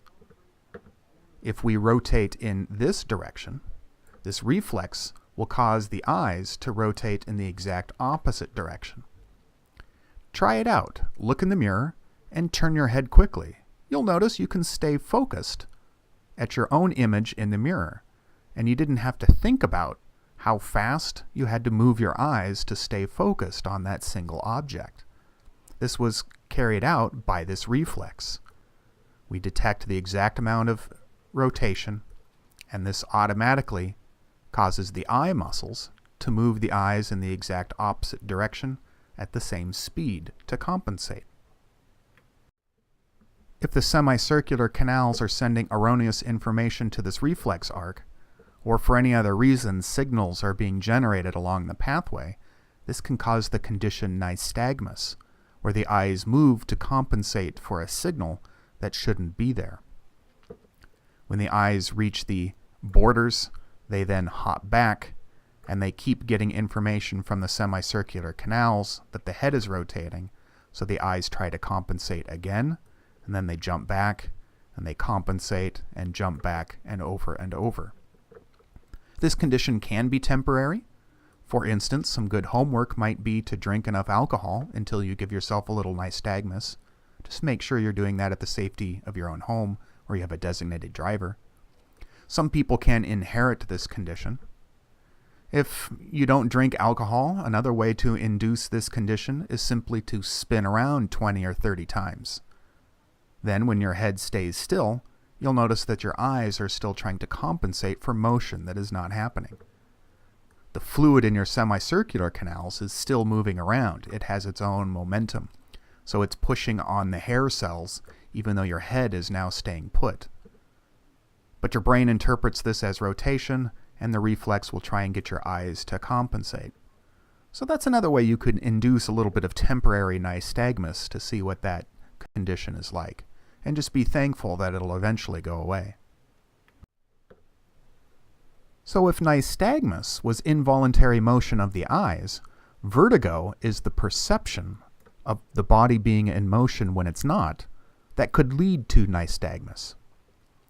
For some people, vertigo can be triggered when they are up in high places, which can cause them to become dizzy and lose their balance, and for that reason they may have a fear of heights. A lot of people get these two things confused, though. Acrophobia is the fear of heights. Vertigo is the sensation that the world is spinning even though it's not. Typically, our rotational information is sent to the brain from the semicircular canals. But when we are spinning, there's actually more going on than simply fluid moving in the inner ear. Our vision may also tell us that we are spinning around, and our muscles could even alert us to this condition as well. So when our brain determines whether we are rotating or not, it usually is getting information from the semicircular canals, from the eyes, and also from a bunch of muscles. And hopefully all of this information should match. When it doesn't, that's when vertigo can occur. When our sensations do not match, then we get altered perceptions. For instance, if you look at this image over here, your eyes are telling you that something's moving, even though your inner ear is saying that, nope, everything's staying put. And it may make you feel a little bit queasy. Your perception here is a little bit altered. It's inducing a little bit of vertigo. Cervical vertigo will illustrate how the brain often uses multiple sensations before deriving a perception. Under normal circumstances, when we tilt our head, the utricle will be detecting that tilting thanks to the otoliths and hair cells, and it will send that information to the brain. But the brain also receives information from the proprioceptors in the neck muscles. If we tilt our head to one side, one muscle should be contracting, while the muscle on the opposite side should be stretching. And if everything is healthy, this information will match. We'll get a signal that we're tilting to this side from the inner ear, and that we're tilting to this side from the neck muscles. Of course, abnormal tension in these neck muscles may accidentally trigger these proprioceptors. If somebody has a sore neck, those proprioceptors might be triggering a contraction and sending that information to the brain saying the head is tilting, even though it's not. And when the inner ear says, no, we're not tilting, those two sensations don't match. And this can trigger vertigo, or an abnormal feeling that the world is spinning, even though it's not. This type of vertigo can be treated with massage.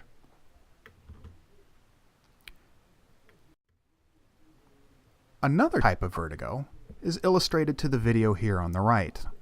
This is called BPPV, and this can often be triggered by car crashes, which can dislodge one of the otoliths from the vestibule, and it winds up in one of the semicircular canals.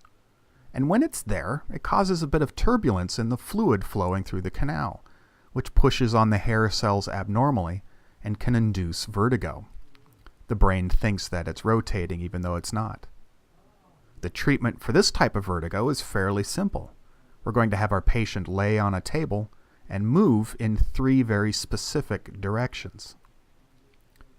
We're going to have our patient move their head in the x-axis, the y-axis, and the z-axis to dislodge that little ear stone and get it out of that semicircular canal.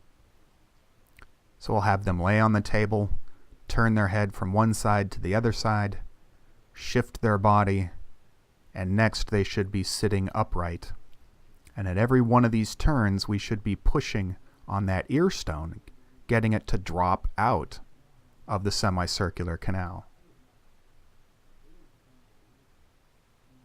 Here in this part of the video, it's showing that by turning the head in these specific directions, we are tilting the semicircular canals so that rock is always falling to the bottom. And by changing where the bottom is located, we should eventually get this little stone to drop out of the semicircular canal, getting rid of the cause of this vertigo. Now, that doesn't get rid of this ear stone altogether. It could wind back in one of the semicircular canals just as easily as it got there in the first place. So this treatment might need to be repeated. Luckily, it's very non-invasive and inexpensive. Before I move on, I just want to say that this type of vertigo, I should say, this type of vertigo is often caused after a car crash or other trauma that can break one of those otoliths off. The reason it can get to the semicircular canals from the vestibule is that the fluid-filled chambers of all of these 3 sections of the inner ear are connected to one another. Another way to induce vertigo is to change the density of the fluid in these tubes. Alcohol can do this. It does not have the same density as water, and because people can drink enough alcohol that it has a significant percentage in the bloodstream, it then becomes part of this lymph and will cause one of the fluid-filled tubes to float a little bit higher than it should. This will also push on hair cells, which will send this information to the brain, and the brain will erroneously perceive this as motion, even though the body is not in motion. So this is ethanol-induced vertigo. And this is going to lead us to our next question. Why do we tend to get sick to our stomach when we get dizzy or get the spins? The reason for this, evolutionarily speaking, is that prior to the invention of farming, the only way that humans would have come into contact with large quantities of alcohol was to have eaten large quantities of rotten fruits or berries. And while we might enjoy the effects of a little bit of ethanol, sometimes that leads to food poisoning. So the brain has developed a mechanism to protect us, and that is when it detects signs of ethanol toxicity, meaning when we start to feel like the world is spinning, even though it's not, the brain assumes that's because you ate a bunch of rotten fruits and berries. And so this will induce a bunch of vomiting to try and get rid of the source of what it assumes is causing the vertigo. Unfortunately for people with BPPV or cervical vertigo, the brain does the exact same thing. It'll respond by giving you an upset stomach, even though the cause might be sore muscles in the neck.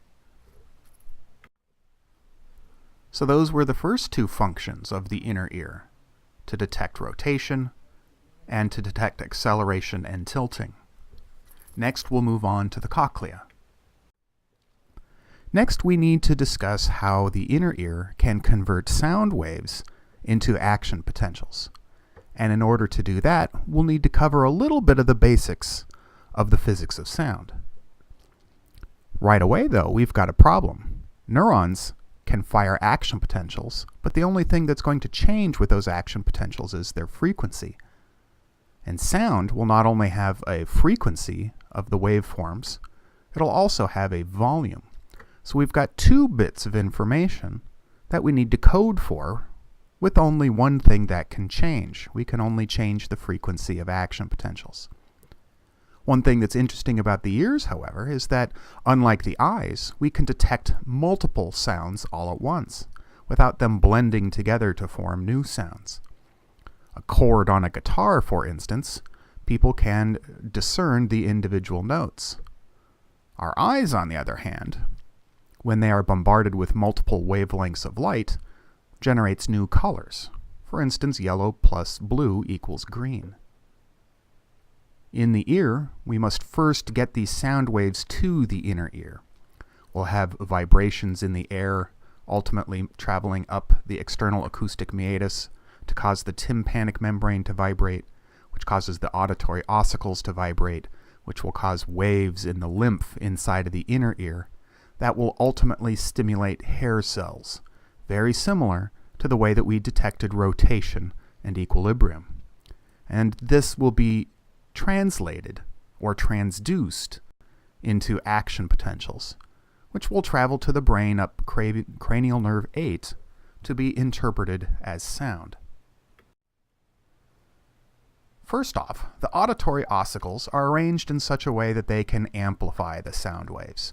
They act as tiny levers. But when they vibrate, they will cause waves in the fluid of the inner ear, just like there are waves on the beach or waves in a swimming pool after you jump in. The stapes bone connects to the oval window, and when it pushes on the membrane of the oval window, that will cause the lymph to generate waves inside the cochlea.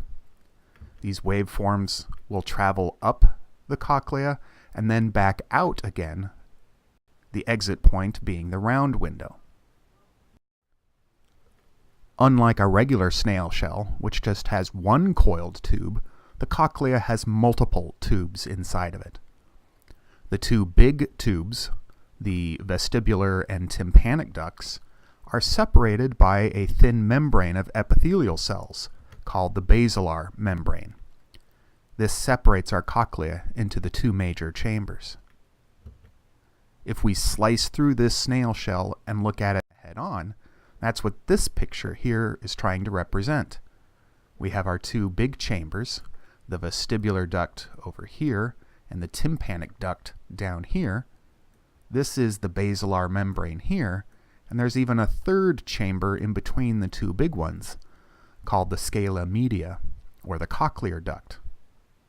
It's in the basilar membrane where the hair cells are located that can convert the sound waves into action potentials. These are the receptors, or the cells that detect the sensation of sound. When we looked at the cochlea in cross-section, we noticed all of the hair cells were clustered in a region called the organ of Corti. But if you look at the entire cochlea, you notice this organ forms a spiral shape. We find hair cells along the entire length of the cochlea. The vibrations in the fluid entering the oval window will cause a structure called the tectorial membrane to vibrate, and when this pushes on the hair cells, that will open up ion channels, triggering an action potential. It's very important to take care of these hair cells in the organ of Corti because they do not regenerate. They are epithelial cells, so you might think they should be able to regenerate. But these are highly differentiated cells, meaning they've exited the cell cycle, and there are no stem cells in the organ of Corti to replace them if they get damaged. Like neurons, Excessive stimulation of these hair cells can lead to excitotoxicity. Too much calcium enters the cell, either triggering apoptosis or interacting with phosphate, causing crystals to precipitate, killing the cell. And when you lose hair cells, that leads to permanent hearing loss. There has been some research recently in trying to generate new stem cells to replace these damaged hair cells. And if you want to know more, go to this YouTube link down here and look into that research.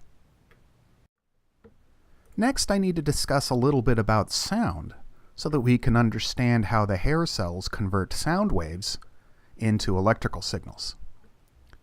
First, let's talk about a sound wave. If the air molecules in a room with no sound are evenly distributed, if a sound is happening, that sound is pushing some of the air molecules closer together so that they are higher density, followed by a space of lower density. Shown here is a sine wave, which is the simplest type of sound possible, and it would sound something like ooh. That would be a simple sound wave. We need to convert that into action potentials. One of the fundamental components of sound is its frequency. That's how rapidly the waves are hitting you. A low-frequency sound would have waveforms far apart from one another, and that would be low in pitch. Whereas a high-frequency sound would have waveforms very close to each other. Sound also has a volume or amplitude. Loud sounds, we say, have high amplitude. Quieter sounds, we say, would have lower amplitude. In addition to those two components, we're also going to have to worry about the phase of a sound. Imagine sitting in a swimming pool somewhere and two people jump in at opposite ends, creating waves in the water that travel towards you. If both of those waves hit you at the exact same time, you would actually experience a wave that's twice the size of either one. We would say that those two waves were in sync or in phase when they reached you. But imagine the two people jumped into the pool at slightly different times. So when the peak of one wave was hitting you, the trough of the other person's wave hit you.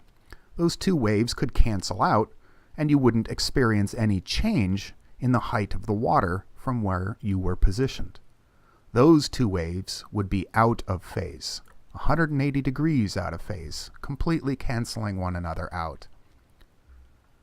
So we're going to have to worry about the waves hitting the left ear and the right ear and whether they are in phase, out of phase, or somewhere in between. Keep in mind that that is three pieces of information. We have frequency, we have amplitude, and we have phase. And so far, I've only told you that the neurons leaving cranial nerve 8 can change the frequency of action potentials. One thing that's going to be weird is that the frequency of the sound is not going to be converted into frequency of action potentials. So things are going to get a little bit more complicated here in a moment. Let's see if the piano can reproduce but it's going to get even more complicated. Famous inaugural the sounds that I'm making now are multiple sine waves occurring all at the same time. Otherwise, my voice would sound something like ooh, ooh, ooh. And instead, I'm generating words. So to try and illustrate that was a little hard to understand, complex let's try it again sounds with are really the words nothing more on the than screen. sine waves, I've got a little video here that is going to convert some human speech and have it played back on a piano. Pianos don't generate perfect sine waves. There's a bit of a percussive or noisy sound right at the beginning, so it's not going to sound exactly like human speech. But pianos don't talk unless you play them properly, and that's what we're going to see here.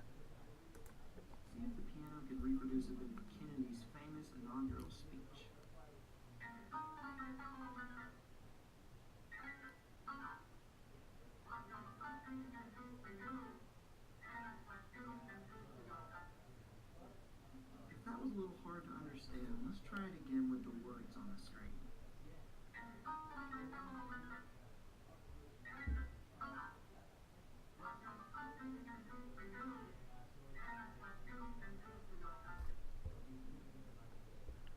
Okay, so hopefully that illustrated that complex sounds like speech or music are really nothing more than a whole bunch of sine waves happening at the same time. Sine waves that have different frequencies, amplitudes, and may or may not be in or out of phase with one another. I bring that up because it's going to be an important factor in how the organ of Corti works. Remember, those hair cells were located along the entire basilar membrane that spirals around and around in that cochlea. This is where you find the hair cells.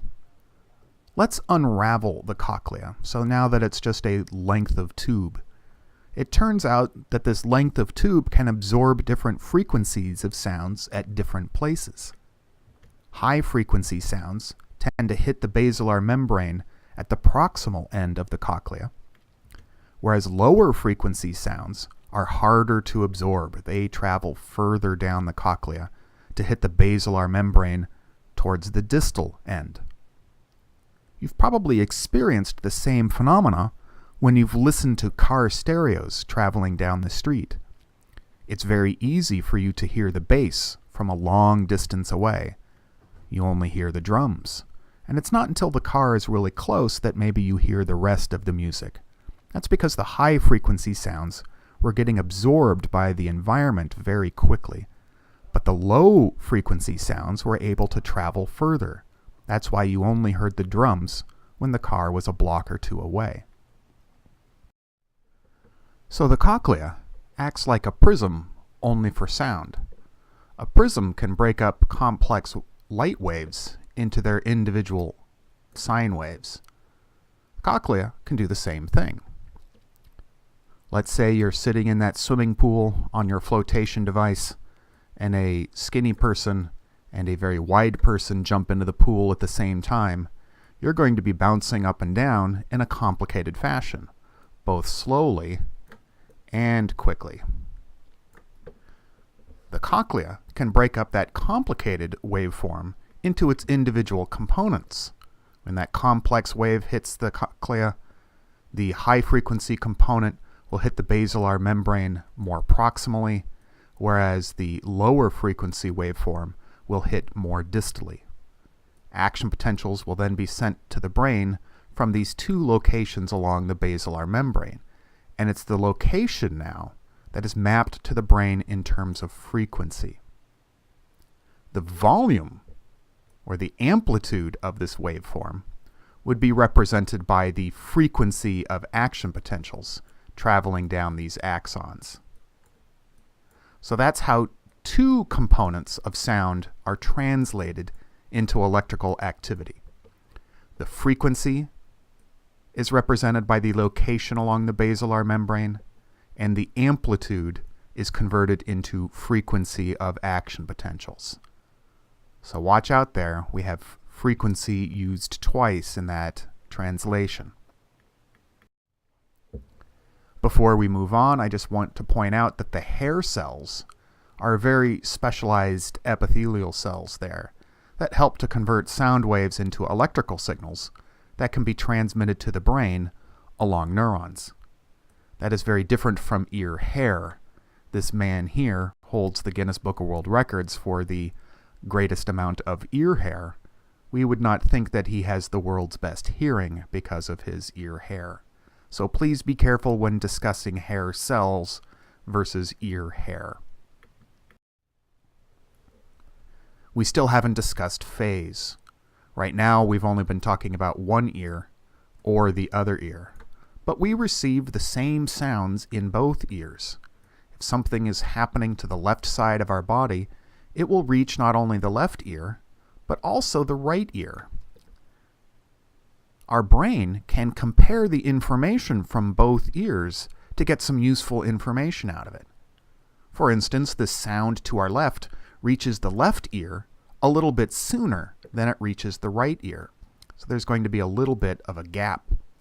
And the brain can compare the information coming from both ears to determine whether that is in phase or out of phase. And based off of the phase, it will perceive that as localization. Something from right in front of us would hit both ears at the same time. So when the sounds in both ears are in phase, the brain perceives that as coming from directly ahead of us. But when the phase is off, our brain can determine which ear the sound hit first and perceive that as localization. Once again, we've got an example of the difference between sensation versus perception. Our senses are that there's a millisecond delay in the sound reaching one ear versus the other ear. That's way too short of a time for us to be consciously aware of that. But our brain does perceive this information as location. It doesn't literally sound like a slight echo or delay from the left ear to the right ear. It sounds like something's coming from our left, or something is happening to our right. And this is known as spatial localization. And once again, it was the phase that was really important here. Are the waves happening at the same time, or are they slightly out of phase? And we're not aware of the phase, we perceive that as location. More goes into localization, though, than just the phase. For instance, we can tell when something is happening far away versus right up close. I could be whispering to you right up close, and even if I was quiet, you would know that I was really close to you. So the distance that a sound is coming from isn't just about its volume, but it's also about these things here, these tiny little echoes. If something is making a sound from way far away from us, it's also going to be bouncing off of a lot of other objects, and all of those bounces will be reaching our ears at a slightly different time. So all of these teeny tiny echoes tend to blur together in what we call reverb. If this red line represents the original sound, the sound tends to have a little bit of a tail. You can check it out right now. If you're in a small room, try clapping your hands and listening for the tail of the hand clap. The clap itself occurred in just a few milliseconds of time, but the sound tends to tail off afterwards. So try giving that a shot. See what the tail ends of sounds sound like in different rooms by clapping in them and listening to the reverberations. That is you sensing the reverberations, if you're actually listening to them. But we typically perceive this reverb not as a tail end of a sound, but it tells us a little bit about how close that sound is to our face or not. If the same sound was being produced right in our face, we would mostly just be hearing the sound itself, and it wouldn't have so many echoes, or they would be a lot quieter than the original sound. Things that are far away, though, the echoes sound about as loud as the original sound, and therefore we perceive that as appearing to be distant from us. The auricles also serve very important functions when it comes to sound localization. Sounds coming at us from the right side will reach the right ear unmolested. That sound wave doesn't have to travel through any skin, cartilage, or bone. But that sound wave, by the time it reaches our left ear, has traveled through some cartilage and bone. And that tends to filter out some of the higher frequencies. Just like the car stereos. The car door was able to filter out a bunch of the high frequency, but the low frequency still reached you far away. Now that's what our ears are sensing, but we do not perceive that difference in frequencies, at least not literally. The way that our brain perceives this information is in location. Our auricles are very important for helping us to locate front and back. A sound wave coming directly in front of us or directly behind us would reach both ears at the same time. So phase is not going to help us here. This is where the auricles are very important. Sounds coming from behind us will tend to be filtered by the auricles before that sound wave reaches the tympanic membrane. And this helps us to locate things that are in front of us versus behind us. Without those auricles, we would have a much harder time locating sounds. High-frequency hearing loss is a big problem for many elderly patients. That's because high-frequency sounds have more waveforms per second and can therefore carry more energy. This can be problematic because it leads to excitotoxicity of hair cells. Therefore, the hair cells at the proximal end of the cochlea are more likely to get damaged than those at the distal end, leading to high-frequency hearing loss. This can not only cause problems with your patients being able to locate sounds, but in their ability to understand human speech as well. So I've got an example of what removing high frequencies does to your ability to understand speech. The computer will be filtering out some of the high frequencies, mimicking high-frequency hearing loss. And listen to what that does to your ability to understand what is being said.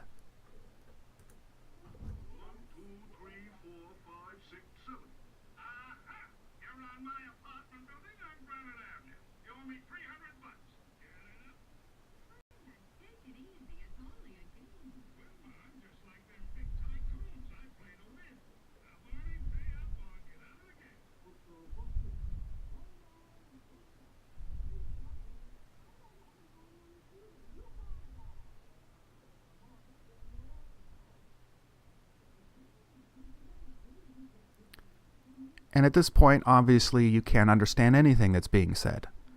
Most of the sound is still reaching your ears. There's a lot of low-frequency information reaching your ears just fine, but that's not enough to understand human speech. Our ears are not equally sensitive to different frequencies. It may have sounded like almost all of the sound was gone, when in reality, just most of the high-end information was lost. And it turns out our ears are most sensitive in the frequencies that the human mouth can generate. What this graph shows here is that the sound of my voice, it may only be 10 decibels in volume. To get the sound of a bass drum to sound just as loud, it would have to be 60 or 70 decibels in volume.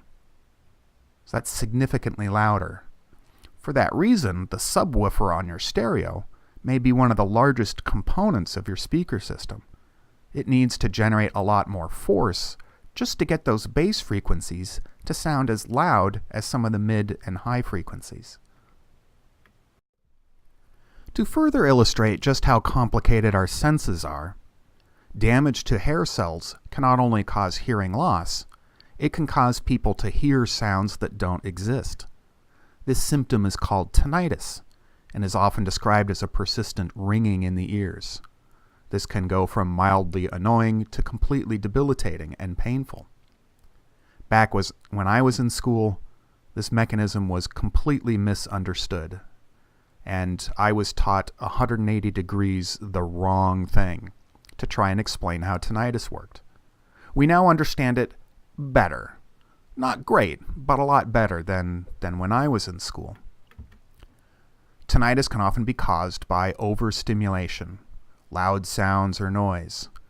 This can overstimulate the hair cells, which can cause the neurons connected to them to send really strong signals to the brain. And the brain can protect itself from excitotoxicity through adaptation. It can remove the number of receptors in the synapse over here in one of the many ganglia in our brain, down-regulating its sensitivity. Of course, if you do so much damage to the hair cells that they die, they then stop sending signals to the neurons at all. And now this synapse is way too inactive, and it leads to the opposite response. So after a few days of damage to the hair cells, this neuron in the brain may upregulate its receptors, making it even more sensitive, to the point where it starts firing action potentials, even though this neuron connected to its dendrites is not sending any signals at all. And now we hear a sound that does not exist. This is tinnitus. The solution for this? Well, unfortunately, these hair cells don't regenerate. But if those hair cells were just damaged, then the solution is to prevent them from being overstimulated, and give them a chance to heal. Get this person away from loud noises for a long enough period of time where the damaged hair cell could grow back, repair its damaged stereocilia, and ultimately replace this negative feedback loop here with the normal baseline situation. Another solution is to inject lidocaine directly into the brain, and that would just stop any action potentials from being created here in this ganglia.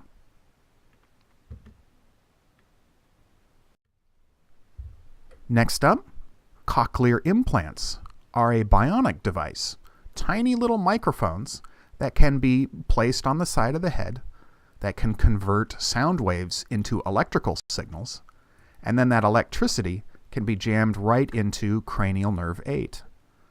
This can help restore hearing to anybody who has hearing loss in this area here, in the inner ear or maybe middle ear. It cannot help people with deafness that arises in the central nervous system. Now, our ability to convert sound waves into electrical signals is not exactly the same way that the cochlea does it. So this would sound very different to you or I, assuming that we all have hearing. But the signal can be sent and people can learn to understand it.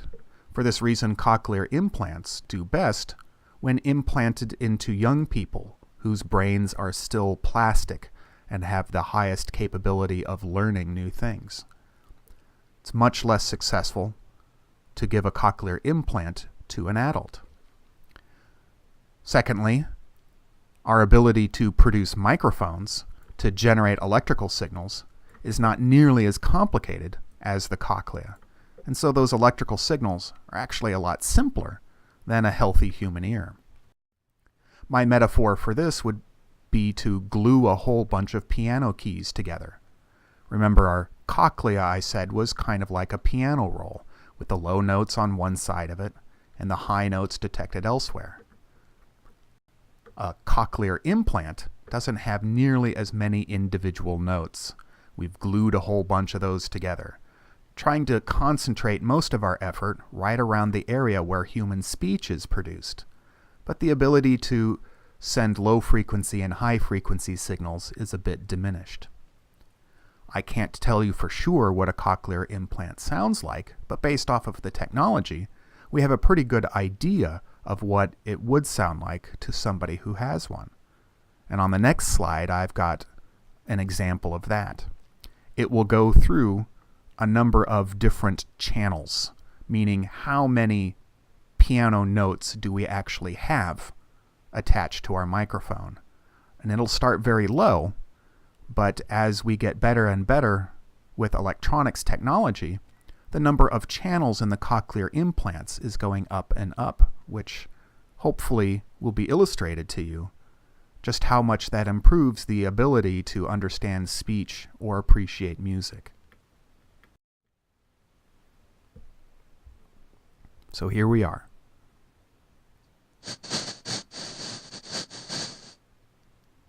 That has never existed. And same with that. We've never had as low as 4. What kind of bait do you use to catch salmon? What kind of bait do you use to catch salmon? What kind of bait do you use to catch salmon? What kind of bait do you use to catch salmon? All right, that was speech.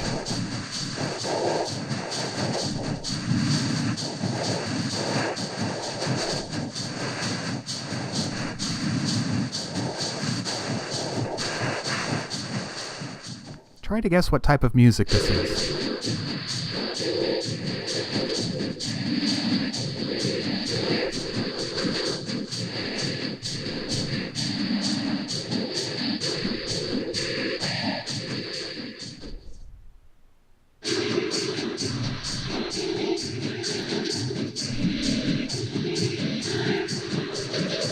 These are the older cochlear implants here.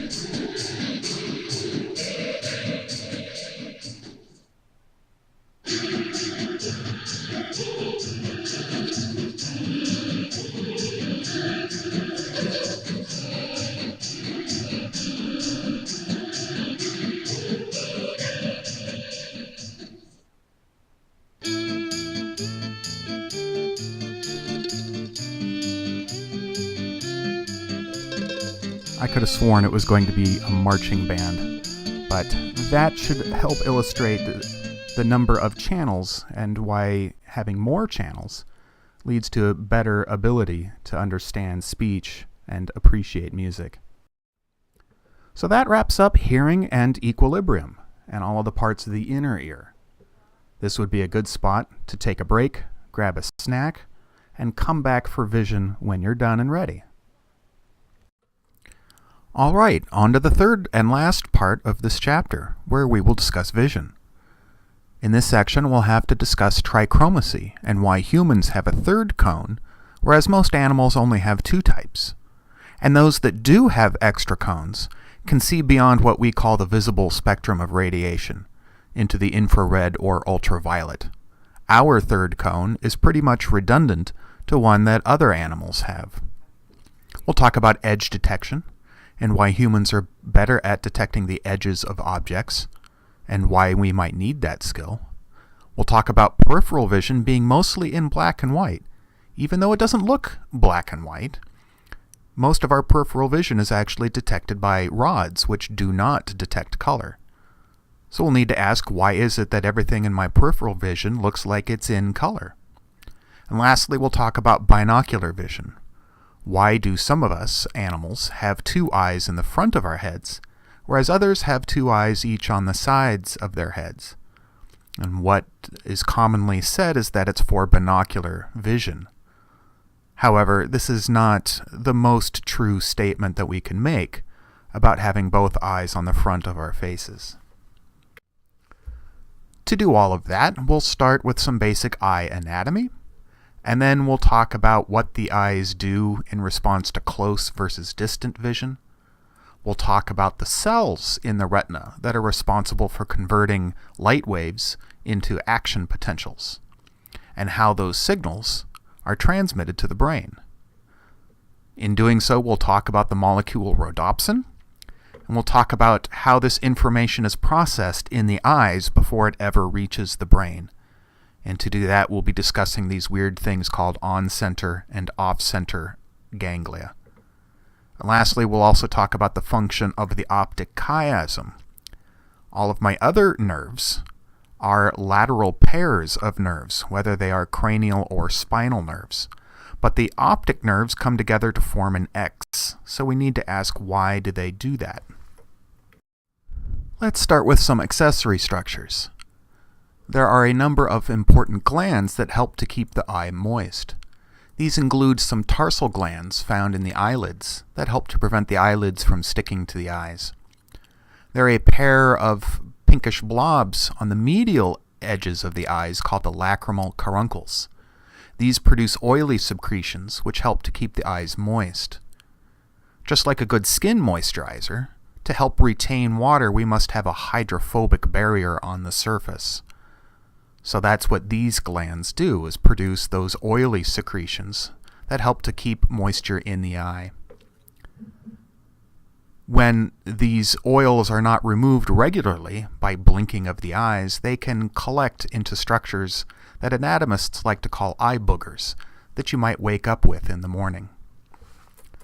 Thirdly, the conjunctiva is a very thin epithelium that coats the surface of the cornea and the insides of the eyelids. This helps to form a barrier between the outside air and the eye itself. Of course, when infections are trapped just underneath this membrane, this can cause inflammation, known as conjunctivitis. The lacrimal glands produce tears. These glands are located on the lateral and superior sides of both of the eyes, and produce more watery secretions, which can help clean the surface of the eyes by washing away anything that gets trapped there.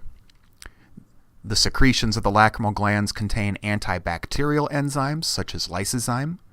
This is a digestive enzyme capable of breaking down carbohydrates. Of course, we are not digesting food in our eyes, but breaking down the cell walls of bacteria and viruses. When the lacrimal glands cannot produce enough tears, this can lead to irritation of the eyes. Artificial tears can help alleviate this. Artificial tears include water plus other chemicals, which makes the secretions a little bit thicker, such as cellulose or other polymers. In addition, certain types of acupuncture have been shown to increase tear production from the lacrimal glands. The eye is divided into two major chambers, with the lens being the divider between the two. Posterior to the lens is the vitreous body, a large mass of a gelatinous substance that helps to hold the eye in roughly a round shape. Anterior to the lens is the aqueous humor. This is a more water-filled chamber between the lens and the cornea. This fluid circulates around the lens, providing nutrients to the anterior portion. The eye itself can be further subdivided into three tunics, or layers: an outer fibrous tunic, a middle vascular tunic, and the innermost neural tunic. Let's start with the outermost, or the fibrous tunic. This includes the sclera, which is the white portion of our eyes.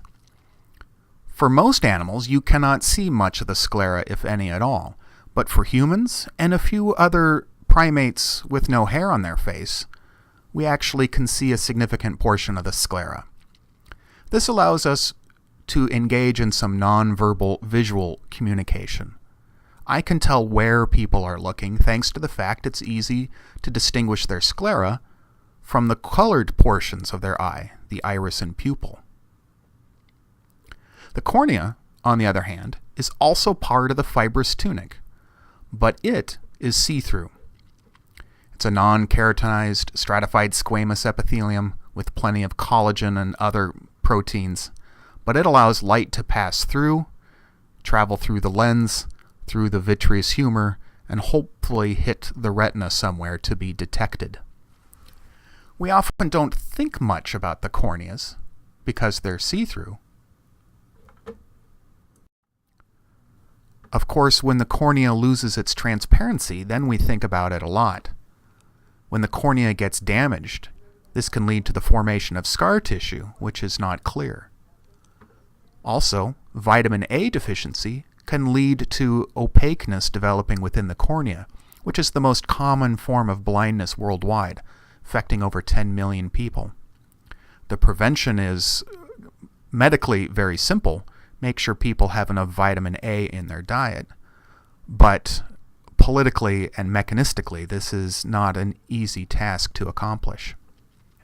For people whose corneas have become damaged and have lost their clearness, artificial corneas or corneal transplants are an option. There aren't enough corneas donated year-round to give to everybody who needs them, which is why there's interest in the generation of artificial corneas, essentially see-through plastic that could replace the cornea without inducing an immune response. The corneas can be reshaped with laser surgery. This is known as LASIK. Changing the shape of the cornea can change how light is refracted as it passes through, the same way that light can be refracted as it passes through eyeglasses. And this can reduce or even eliminate the need for corrective lenses. Next is the vascular tunic, which contains three major portions: the choroid, shown here, the ciliary body, and most anteriorly is the iris. The choroid is the main portion of the vascular tunic. It's a layer of connective tissue which contains a lot of blood vessels, which provide nutrients to the other layers of the eye. For those that remember seeing red pupils in the days of flash photography, this is what you are actually seeing. The insides of the eyes are technically red. The pupils look black because very little light enters the eye to bounce back outwards to show us the red color. Next up is the iris, which contains smooth muscle cells. Some of these cells are organized in a circular orientation, the others are more longitudinal, and these can open and close the pupils. In reality, the pupils are just a gap. What is actually opening and closing is the iris itself. Here are some close-up photos of irises, showing the organization of collagen fibers. Even though we can't see the smooth muscle cell orientation, we can clearly see there are two sections to these irises, and these correlate to the circular and longitudinal bands of smooth muscle cells. Contraction of these muscle cells will lead to constriction or dilation of the pupils. We normally constrict the pupils to reduce the amount of light entering the eyes when we are in a bright light situation. On the other hand, when it's dark out, we will dilate the pupils to allow more light in, making it easier to see. Damage to the reflex that controls pupil diameter can be caused by damage to the brain or temporarily by drugs such as depressants. The ciliary body is a circle of smooth muscle traveling all the way around the lens. Constriction of this muscle will change the shape of the lens, which will alter how light is bent to hit the retina. It's a little weird how the ciliary muscles work. It turns out that when they contract, this relaxes pressure on the lens. Imagine we've got a bodybuilder here, and we've attached a bunch of bungee cords to his bicep muscles and stretched them up to the ceiling. When this bodybuilder flexed his biceps, causing them to bulge in the center, that would actually relax pressure on the bungee cords. And the ciliary muscles do the same thing. When they contract, it actually relaxes pressure on the lens and it becomes fatter. The lens itself is made of cells, but cells that have completely filled up with crystalline proteins. This means there's no room left for nucleuses or other stuff. Therefore, damage to the lens is very difficult to repair since most of the cells here are dead. A cataract is what happens when there is damage to the lens and it loses its transparency.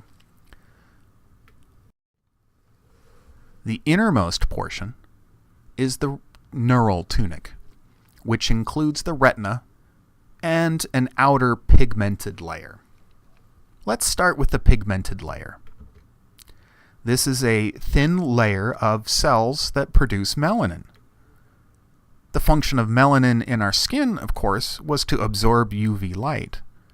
The function of melanin in the midbrain was something that I didn't really cover, but it was there too.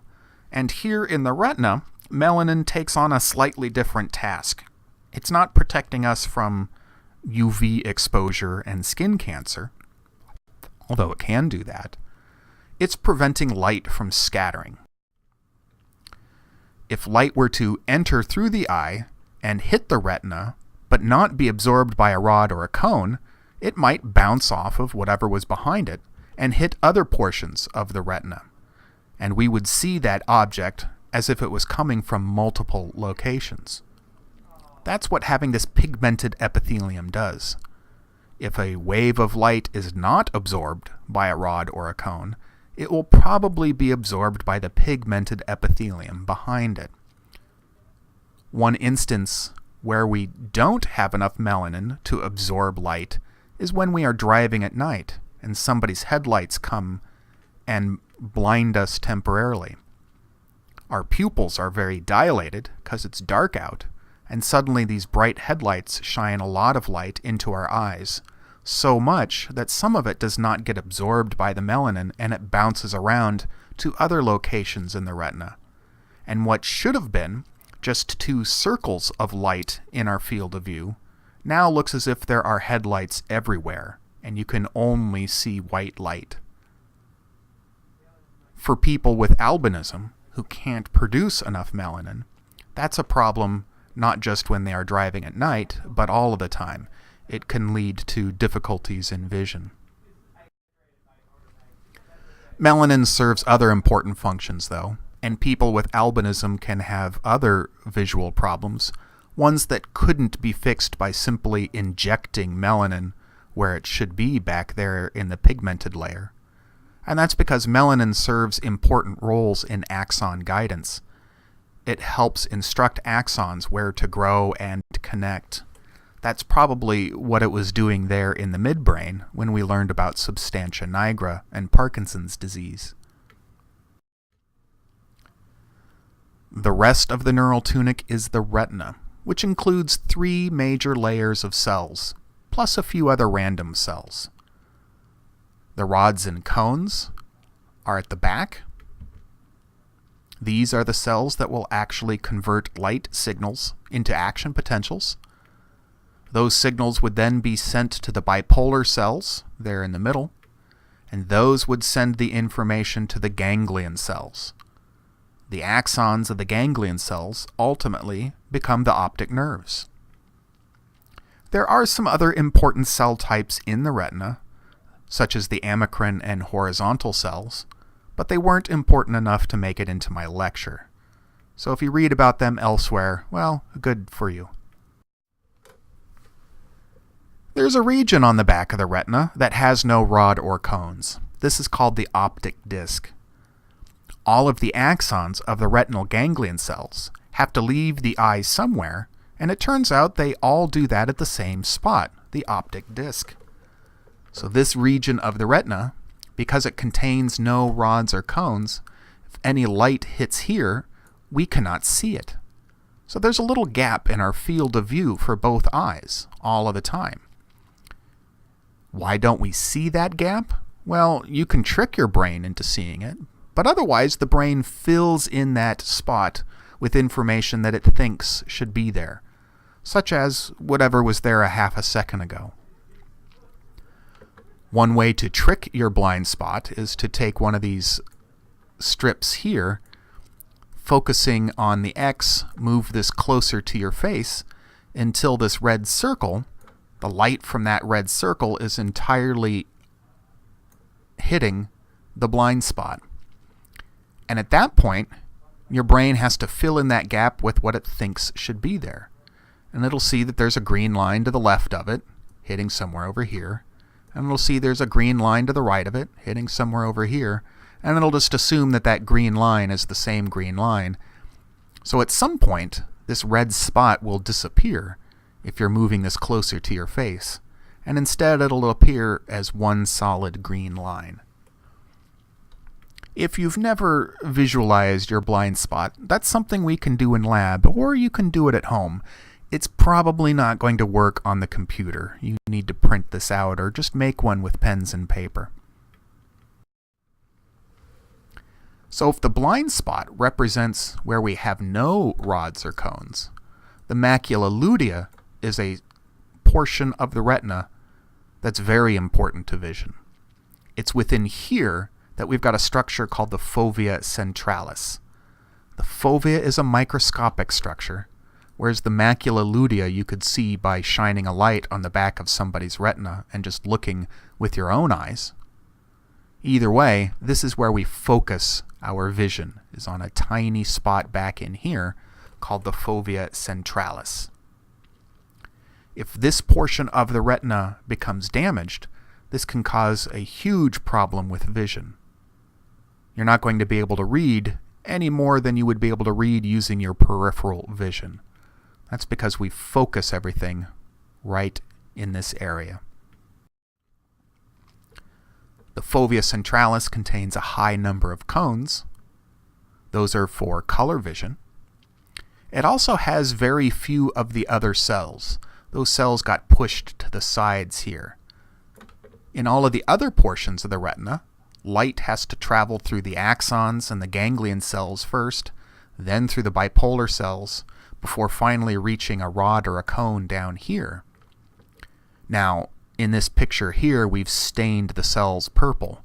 In reality, they're fairly see-through, so light can do this just fine, but it still causes a little bit of fuzziness.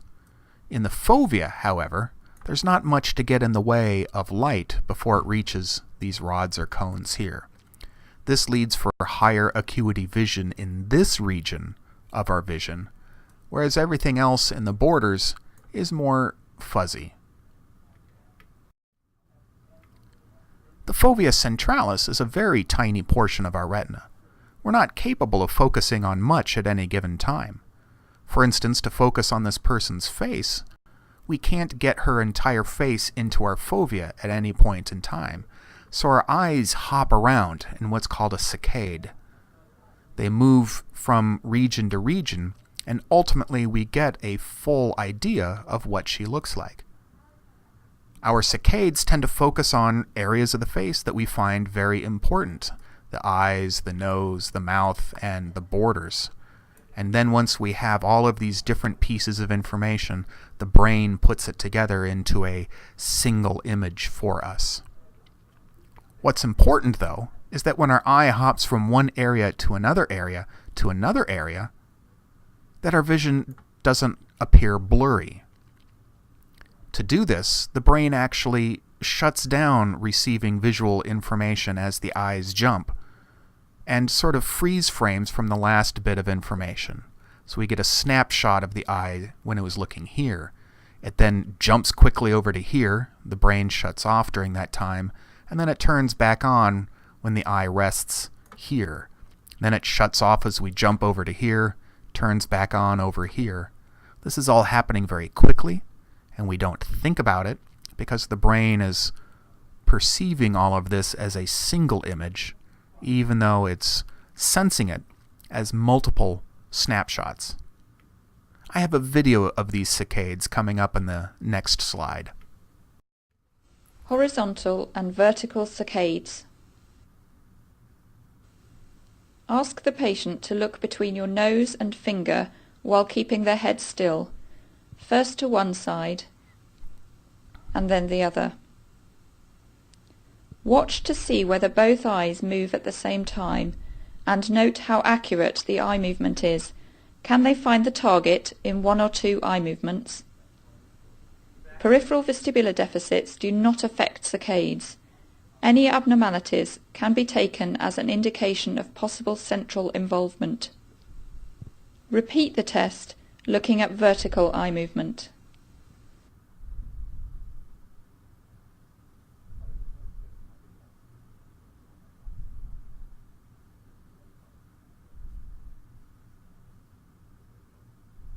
This patient with multiple sclerosis cannot move both eyes at the same time. The eye moving towards the nose moves more slowly during the saccade. In this patient, this is more obvious when she looks to the right.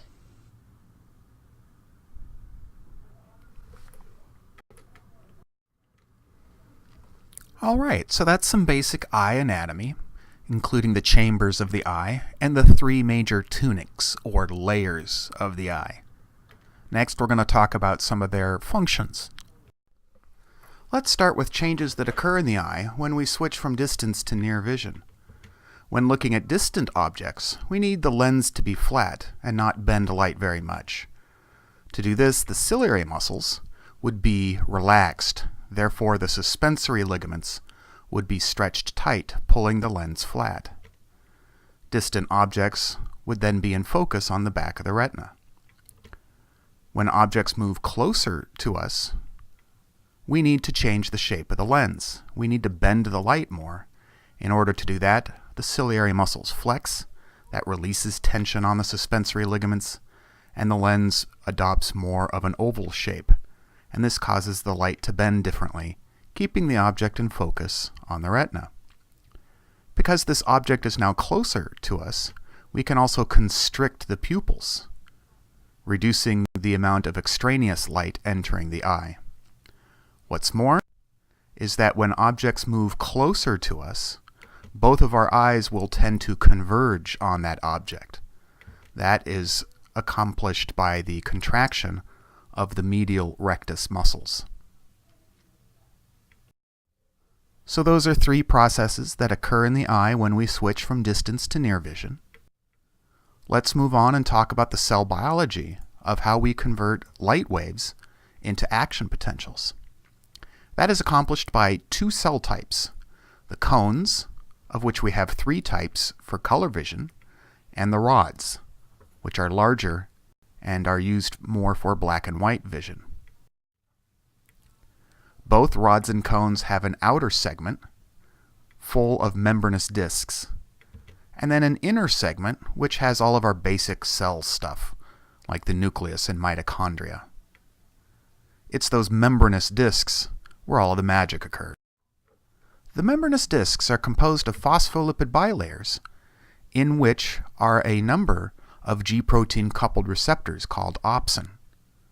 To help convert light waves into a second messenger system, retinol, a molecule synthesized from vitamin A, is also a component, and together these make up the molecule rhodopsin.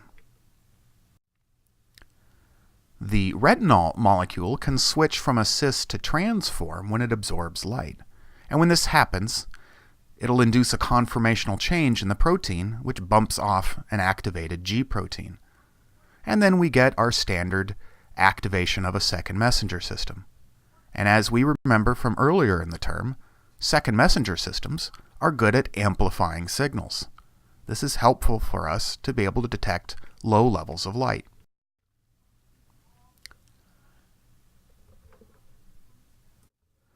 For those that would like to learn a little bit more about genetic engineering, we can use rhodopsin to confer photosensitivity to other cells.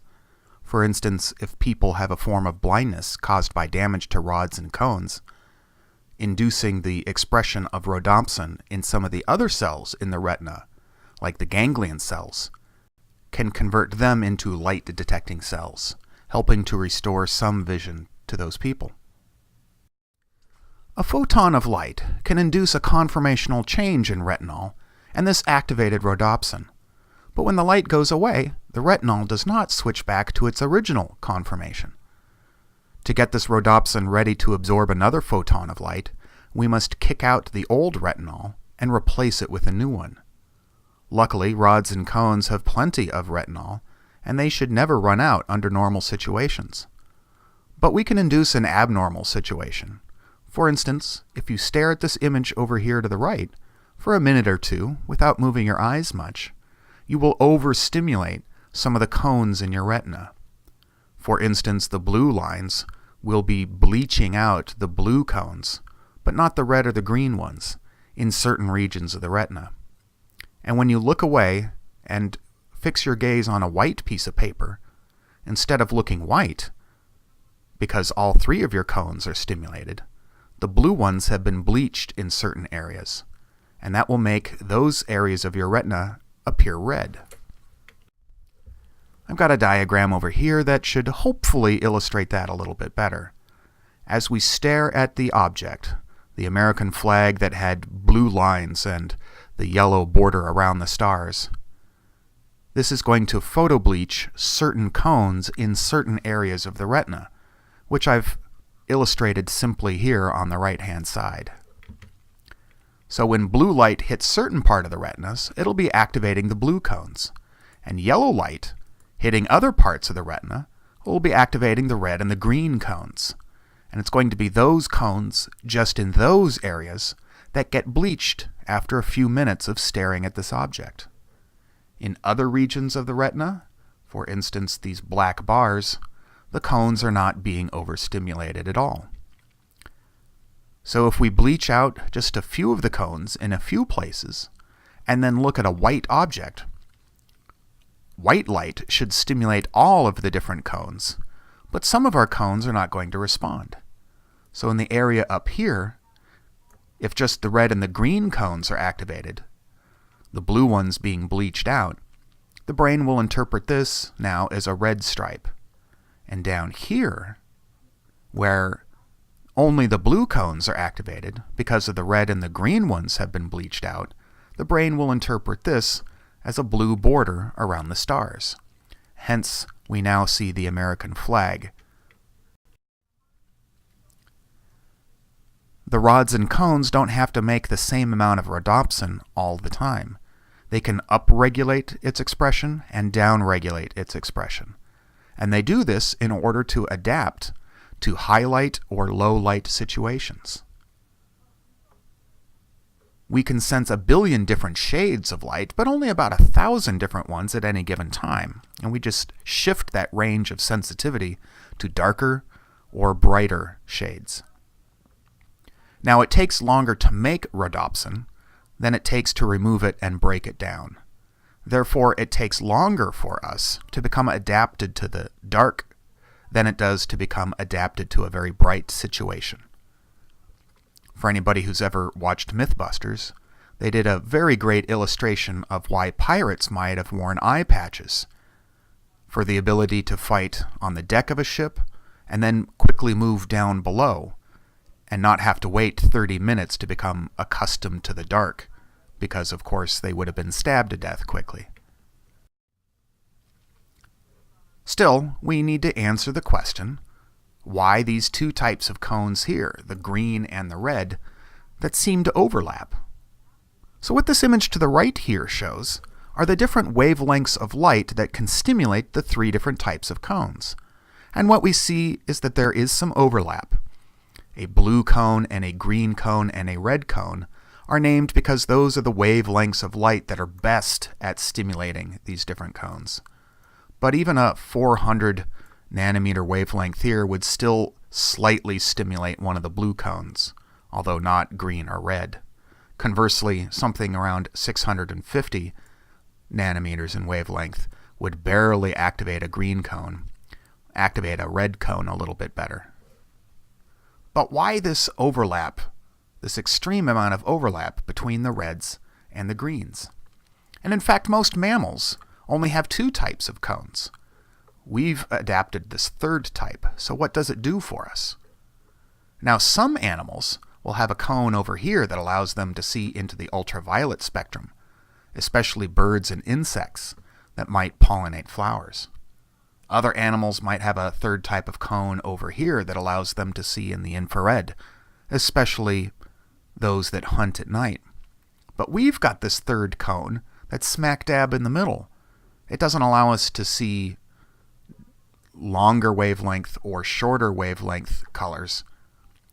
It allows us to differentiate between some of these wavelengths with a higher degree of accuracy. So what does that mean? Well, let's take a look at this image here to the right. This is a representation of a spectrophotometer. And what it's telling us is that blue wavelengths are here, yellows and greens in the middle, and reds are over here. And these are the wavelengths that are reflected by human skin, either Caucasian or African American or Asian skin. And what this tells us is that we're all pretty much the same skin color.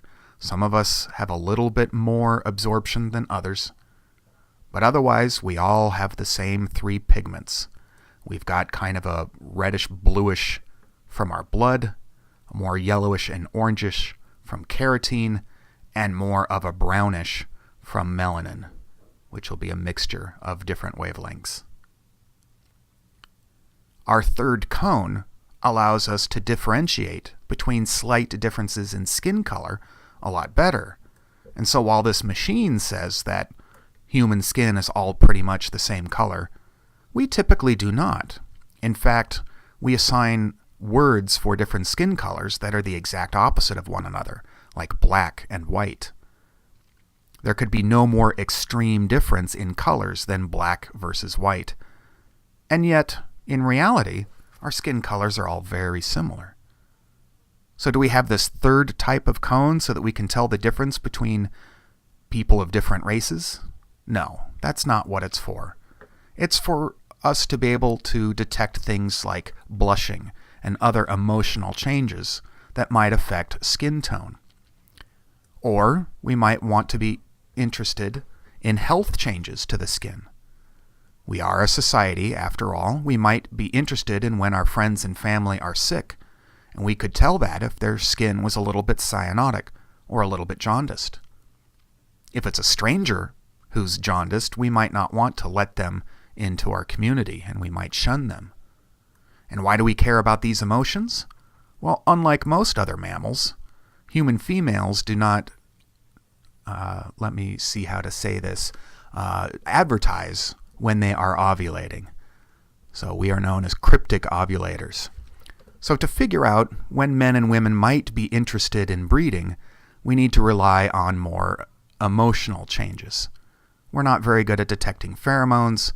Our skin color doesn't change drastically, and we don't produce different scents at different times when we go through heat, the way that other animals do.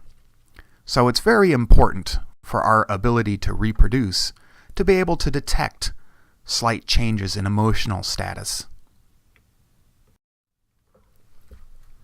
You may have learned in a genetics class that missing one of the types of cones could lead to a defect in vision known as color blindness. These are usually genetically recessive traits, often sex-linked, which makes for really fun Punnett squares. But is it really a defect? If it was truly a defect, we probably wouldn't see so many people with color blindness, no pun intended. So why might some people be colorblind? Well, for people who are colorblind, for instance, this person's fovea centralis has a lot more green cones because they have a mutation that prevents them from making their red cones. So now imagine what colors this person would be better at detecting. And the answer is they could detect finer shades of green and be able to distinguish between them, even though they can't detect red. And that is really beneficial when you might be trying to look and spot camouflage or animals that are trying to blend in with their environment if you're a hunter. Because humans have often hunted in packs, it would make sense to have one person in your group who is colorblind, but you don't need everybody in your group to be colorblind. And we see that roughly 10% of people, 10% of men have some form of color blindness. And so if we assume that hunting groups historically have been about 10 men in size, then on average there should roughly be one in every group that has color blindness, and therefore might be better at detecting certain types of animals as they try and blend in with the environment, and point them out to the rest of the group. In fact, in World War II, colorblind men were actively recruited by the Air Force and the Army for their increased ability to spot camouflage targets. You didn't need everybody in your unit or the bomber to be colorblind. It just took one to point out where the object was. So, in reality, colorblindness is probably more of an adaptation. And because we are a society, we see that not everybody is colorblind, but having some people colorblind in our groups has a certain benefit. Let's review some of the concepts that we've covered and focus on how this explains the difference in sensitivity between rods and cones. We've said that rods and cones both use a rhodopsin-type molecule, but rods are bigger than cones. Therefore, they've got more rhodopsin. What's more is that there are more rods than cones, and the rods will respond to any wavelength of light, whereas cones only respond to certain wavelengths of light. These are 3 reasons why rods are more sensitive to low levels of light than cones, meaning if it's dark out, you're probably not seeing very much in color. You're probably seeing mostly in black and white. The 4th reason why rods are more sensitive than cones is that they exhibit a lot more summation onto the ganglion cells, whereas the cones more or less synapse on the ganglion cells in a 1-to-1 format. It's this summation of the rods that we're going to talk about next, and can help explain why rods are better at detecting motion than cones, meaning you're going to be better at seeing things move in your peripheral vision than you are if you focus on the fovea centralis. The summation of rods onto the ganglion cells is complicated. Some of the bipolar cells will trigger EPSPs and others IPSPs. We're going to call these organizational patterns on-center ganglia and off-center ganglia. And let me focus on just the on-center ganglia, and the pattern of the other one will just be the exact opposite. For this on-center ganglion cell to be stimulated, we must activate only the rod in the center. This will lead to activation of the ganglion cell. We want the rods on the borders to remain unstimulated. That's because the bipolar cells that they are connected to would release inhibitory neurotransmitters onto the ganglion cell. Therefore, if we stimulated all of the rods, we would inhibit the firing of action potentials by the ganglion cell. So this ganglion cell will only fire action potentials when the center rod is stimulated, but not the border rods. That's why it's called an on-center ganglion. That doesn't answer the question of why these are wired up this way. And to illustrate that, let's go to the next slide. Imagine we are looking at the retina head-on, and these are all the tops of a bunch of rods, and we shine a circle of white light onto them. Many of those rods would be activated strongly. Some would be activated weakly, and others not activated at all. If these were cones, this is the sort of information that would be sent to the brain, a literal representation. But rods are organized in those on-center and off-center ganglia. So let's look at just two of these rods, one on the border and one in the center, and what will be happening to the information that these send to the brain. The one in the center there is surrounded by other rods that are also activated, so they will be generating iPSPs onto the ganglion cell, and therefore information from the center is not sent to the brain, even though the rods were activated here. On the edges, though, the rod in the center is stimulated, but most of the border rods are not stimulated. Therefore, we're actually going to enhance the signal from this area. And the net result is that the ganglion cells in the center aren't going to be sending much information, but the ones on the edges will. We have detected the borders of this object. And that's one thing that rods, being hooked up to on-center and off-center ganglia, will allow us to be able to do, to highlight the borders of objects. That allows us to see shapes just from outlines. For instance, if you look at the image here to the left, I'm sure all of you see 6 dolphins. You don't? What do you see? Well, you've got a dirty mind. Here, let me highlight one of those dolphins for you. There, now can you see the dolphins? All right, so this is a bit of an optical illusion that also illustrates how what we see depends on our life experiences. Children, when they look at this, typically only see the dolphins. And yet now that we've got the outline of one of these objects, it should be pretty easy to spot these aquatic mammals. Rorschach blots are the same type of information. We see images in just blobs of ink. If you give us just the outline of an object, our brain is able to tell what that object is, because we're used to dealing with just outlines. This helps us when we're hunting. For instance, my cat has great difficulty tracking grasshoppers when they land in the grass. He can't see them anymore. I can, though, and that's because my rods are outlining the object. They are telling me where the green grasshopper ends and the slightly different shade of green grass begins.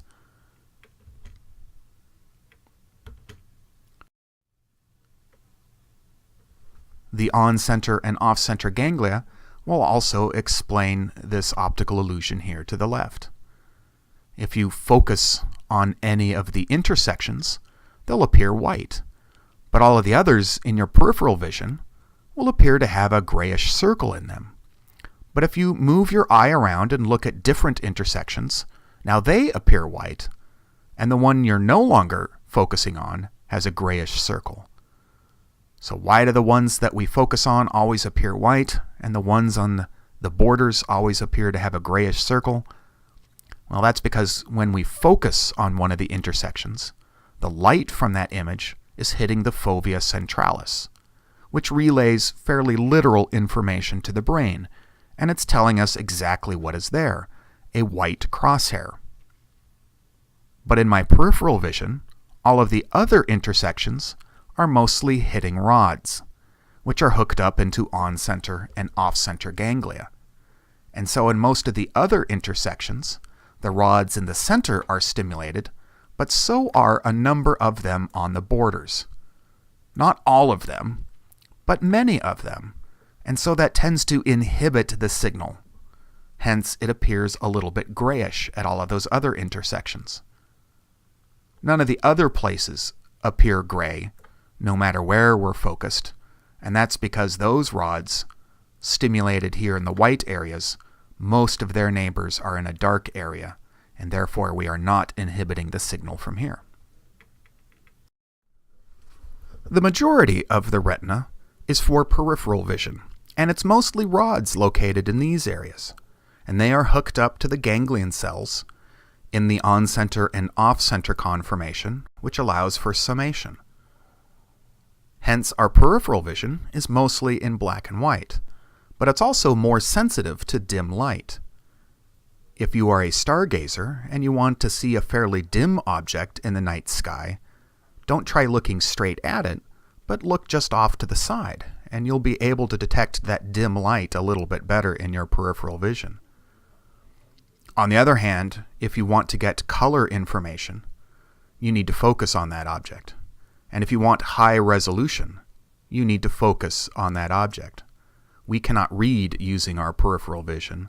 For that, we must focus on just a few letters at a time using the fovea centralis, which is mostly cones, and they are wired up to the ganglion cells in a 1-to-1 conformation, which means they're less sensitive, but that higher resolution means we get less blurriness when we do see objects. Next, we need to discuss the optic chiasm.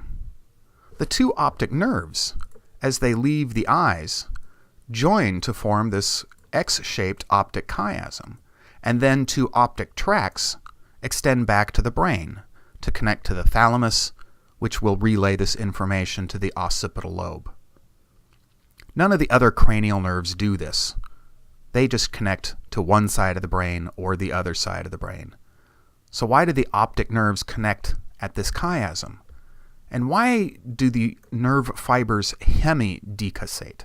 That means half of them cross over and half do not. And that's to keep the brain wired in an organized fashion. It turns out that the left side of both retinas connect to the left side of the brain. That means the left side of the retina of the right eye must cross over to connect to the other side of the brain. But the left side of the left eye does not. It stays on the same side. This is hemidecussation. That means objects to my right will be detected by the left side of the brain, whereas objects to my left, as you may have guessed, will be detected by the right side of the brain. So unlike my arms and legs, most of my body was connected from the right side of the body to the left side of the brain, and the left side of the body to the right side of the brain. The eyes, their wiring is special. It's the left field of view that's connected to the right side of the brain, and the right field of view to the left side of the brain. Objects in the center will be detected by both sides of the brain. And rather than seeing two images, the brain will consolidate these two separate pieces of information into a single image. Usually one side of the brain is a little bit dominant. That's why if you close one of your eyes, you don't notice much of a change. But then when you close the other eye, it seems like your vision shifts a little bit. One of your eyes was the dominant one, and we're shifting the other eye to overlap what we see in the dominant eye. Coming up next, I've got a bit of an optical illusion where we can force the brain to try and fuse two images that should not be fused. Keep staring at that little cross there, and try and look at these famous actors and actresses' faces in your peripheral vision. And what your brain is trying to do is fuse them into a single image. And it's not doing so very well. I'll let this run for a few more seconds. Okay, let's move on. To consolidate images seen in the left and the right sides of the brain requires a functional corpus callosum. A few people might have their corpus callosum severed to help reduce the severity of epileptic seizures that they suffer from. And as I understand, that leads to very little visual deficits. In fact, the only time that they would notice that the left side and the right sides of their brain are not communicating properly is if you trick them. You have to show them an image up close. For instance, in an experiment done at Caltech, people with severed corpus callosums were shown images of pirates in which the pirate had an earring in just one ear. If that earring was over in this ear over here, it was detected on these sides of the retinas and therefore only sent to this side of the brain. Normally, this side of the brain would have told the other side what it saw. But now if the right side of the brain is the only side that actually gets the information about the earring, and you ask these people about the pirate that they see, they will tell you they see a pirate with no earrings. That's because language centers are more on the left side of the brain typically. But if you ask these individuals to draw what they will see, they will draw a picture of a pirate with an earring in their right ear. And even after they've done that, they will still not be able to explain to you in words why they drew the earring in the right ear of that pirate. Because this side, the left side of the brain, did not get that information. One more interesting feature of the on-center and off-center ganglia is that means that the retina sends information to the brain about relative shades, not absolute shades. For instance, if you look at the two center squares, they are actually both the same shade of gray, but they will appear different to you, at least until I cover up their borders, and now it becomes much more clear that they are the same shade. When on-center ganglia are activated and suddenly turn off, and an off-center ganglia is activated right there, we detect that as motion.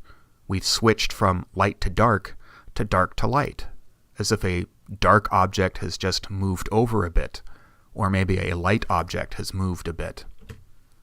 For instance, if you look at the circles, it may appear as if that pink circle was moving, when in reality it was just circles changing from light to dark and dark back to light. Our brain perceived that as motion. What motion really would look like, a pink circle moving around.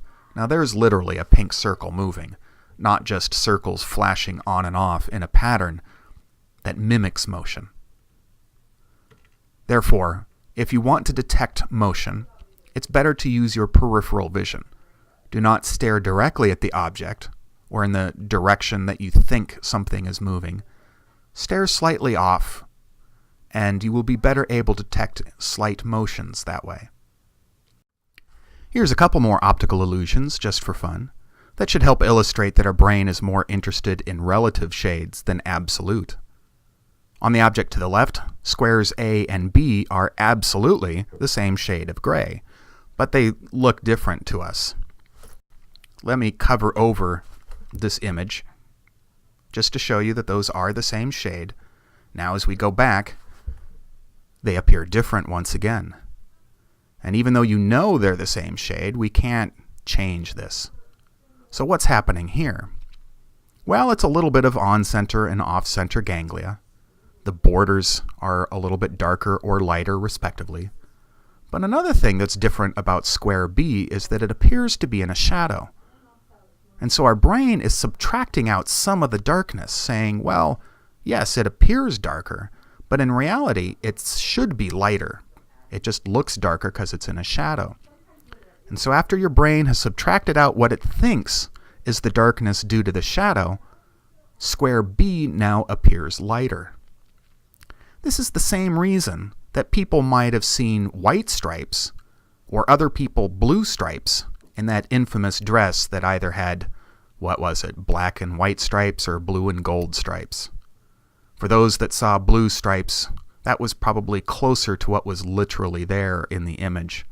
But for those of us that saw white stripes, that meant that our brains were saying that, hey, sure, that does look blue, but it's in a shadow, so that bluish probably comes from the shadow. And so we saw it more what our brain thought was the absolute or real color, which was white stripes. Once again, let's move that back over, just to show us that these two boxes really were the same shade.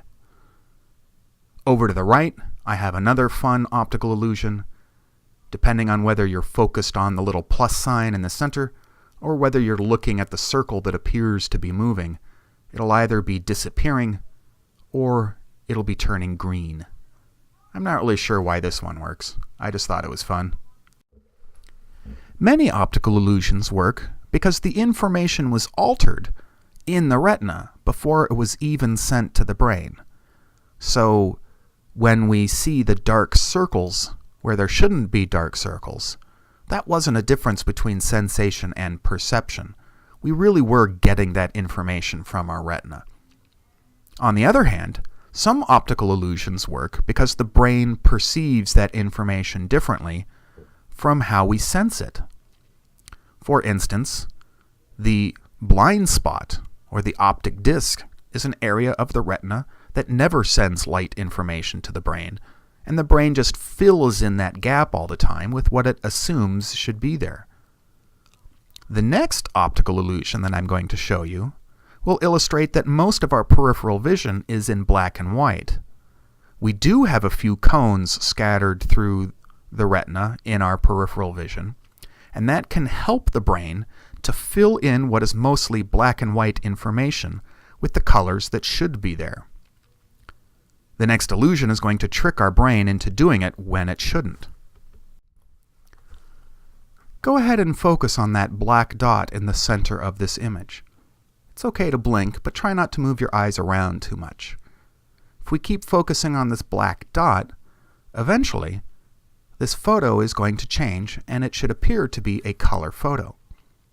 When that change occurs, I want you to wait until you're sure it's a color photograph, then look away and look back and see what you see. I'm not going to tell you exactly when to look away. Pick some time to look away and then look back. And hopefully you've all done that now. And what was appearing to be a color photograph a second ago is actually a black and white photograph. You can hit rewind and see that when the image changed, it changed to black and white. And our brain was tricked into filling in all of our peripheral vision with color that it thought should be there. And it did so. But when we looked away and looked back, and our fovea centralis alerted the brain that no, actually, even all of these edges here are in black and white, the brain stopped filling in that color information, and we lost the illusion. It now appears as just a black and white image, no matter how long you stare at it. Let's summarize. The most superficial part of the retina was the pigmented epithelium. We then have rods and cones, bipolar cells, and the retinal ganglion cells, whose axons travel over the surface of everything and then exit the retina to form cranial nerve 2 at a location called the optic disc, or our blind spot. When light passes through the cornea and through the lens, it should be focused on the rods or cones, which will be stimulated and activate the bipolar cells to activate the retinal ganglion cells, which will fire an action potential, which will travel to the thalamus and be relayed to the occipital lobe. The fovea centralis sent a very literal representation of what colors of light were being detected and where. In our peripheral vision, however, a lot of this information was changed before it reached the brain. The rods, because they summed onto the on-center and off-center ganglion cells, would only send information where the colors changed from light to dark, or from dark to light. When this information reached the brain, it was further altered before we came to a perception. For instance, the brain filled in our blind spot, it colored in a bunch of our peripheral vision, and it consolidated the images from the left and the right side into just a single image. That will lead us to our next question. Why do we have two eyes on the front of our head when many animals, like cows, have eyes on the sides of their head? That limits how much we can see. There must be a benefit. And most of us are told this is for binocular vision or depth perception. However, if you close one eye, it's not as if the world suddenly seems two-dimensional. Having two eyes in the front of our head can help with depth perception, allowing us to triangulate how distant objects are away from us. But in fact, most of our depth perception does not come from having two eyes at all. For instance, if you look at these two images to the right, the only difference between the two is where the shadows are located, and that changes what we perceive greatly. The upper image appears to have 4 spheres at different distances, but the lower image appears to have 4 spheres at the same distance, but at different heights. So where shadows are located helps us to determine how distant objects are away from us. And you can close one eye or the other eye, and that will not change this illusion at all. It does not take two eyes to have this sort of depth perception. Another example of how our brain is more interested in relative information than absolute is illustrated here. These 3 images of people are absolutely the same height, but relatively, the one in the back appears to be much taller. That's because our brain compensates for what it thinks should be changes in size due to distance. People who are far away should appear smaller than they really are. And rather than our brain thinking that those people are small, our brain says, nope, it's a normal-sized person in the distance. Here, we see this person in the distance as appearing much larger than they really are. We think that because they're in the distance, they should appear shorter, and therefore our brain tries to compensate by making them look larger. This, once again, does not take two eyes. If you close one eye, this illusion of depth perception still works. Knowing those last two things, we can now explain a little bit about why this man's street art appears to have a portion of it floating in midair. A, he's painted the ground to appear to have shadows, and we're interpreting that as some sort of distance. B, his letters are changing in size along these walls as they travel further away from us, and our brain tries to compensate for that distance by perceiving the letters differently.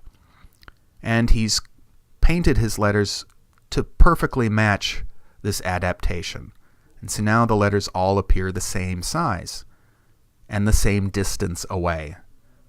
What's literally letters on walls receding away from us now appear as letters floating in air going across and between the two walls.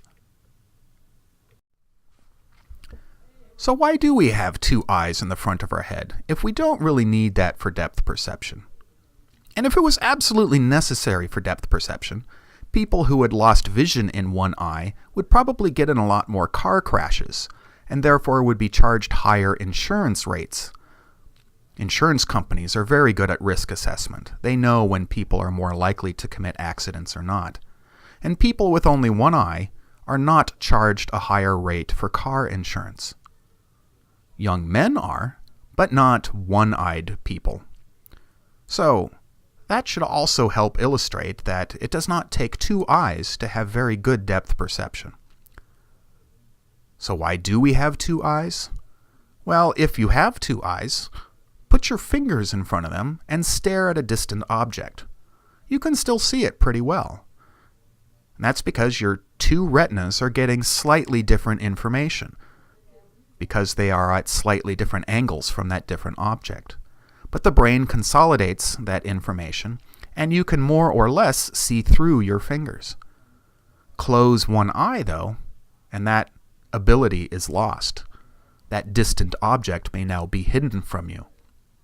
We always like to play a fun game called Nobody Home and stick your thumb in front of your face so that you don't see the person and you can pretend that they're not there. Having two eyes open, that would not work. You could still see the person with your other eye, and your brain would essentially be seeing through your thumb to look at that distant object. And that would be very beneficial if you were hiding in some grass or amongst some branches, but you were trying to look at animals that you were hunting that were far away from you. If you only had one eye on one side of your head, the grass or the branches might obstruct your vision, and it would be more difficult to track that animal that you were hunting. So having two eyes on the front of our head allows us to see through the underbrush better and keep a focus on distant objects that we are interested in, even though close objects might be partially in the way. So that's going to wrap us up. We talked about the rods and the cones and how they were different, the amount of rhodopsin, whether it detected all wavelengths of light or just certain colors, how those cells summed onto the bipolar and ganglion cells. The cones were pretty much one-to-one, but the rods might be hooked up into an on-center or an off-center conformation. We talked about differences between sensation and perception. The brain did not perceive the blind spot because it filled in those gaps, for instance. And we talked about the optic chiasm, keeping our left field of view and right field of view sent to just one side of the brain or the other, rather than split half and half. Earlier, we talked about the accessory structures, the three basic layers or tunics of the eye, and the three major changes that occur when we switch from distance to close vision, namely convergence, constriction, and accommodation.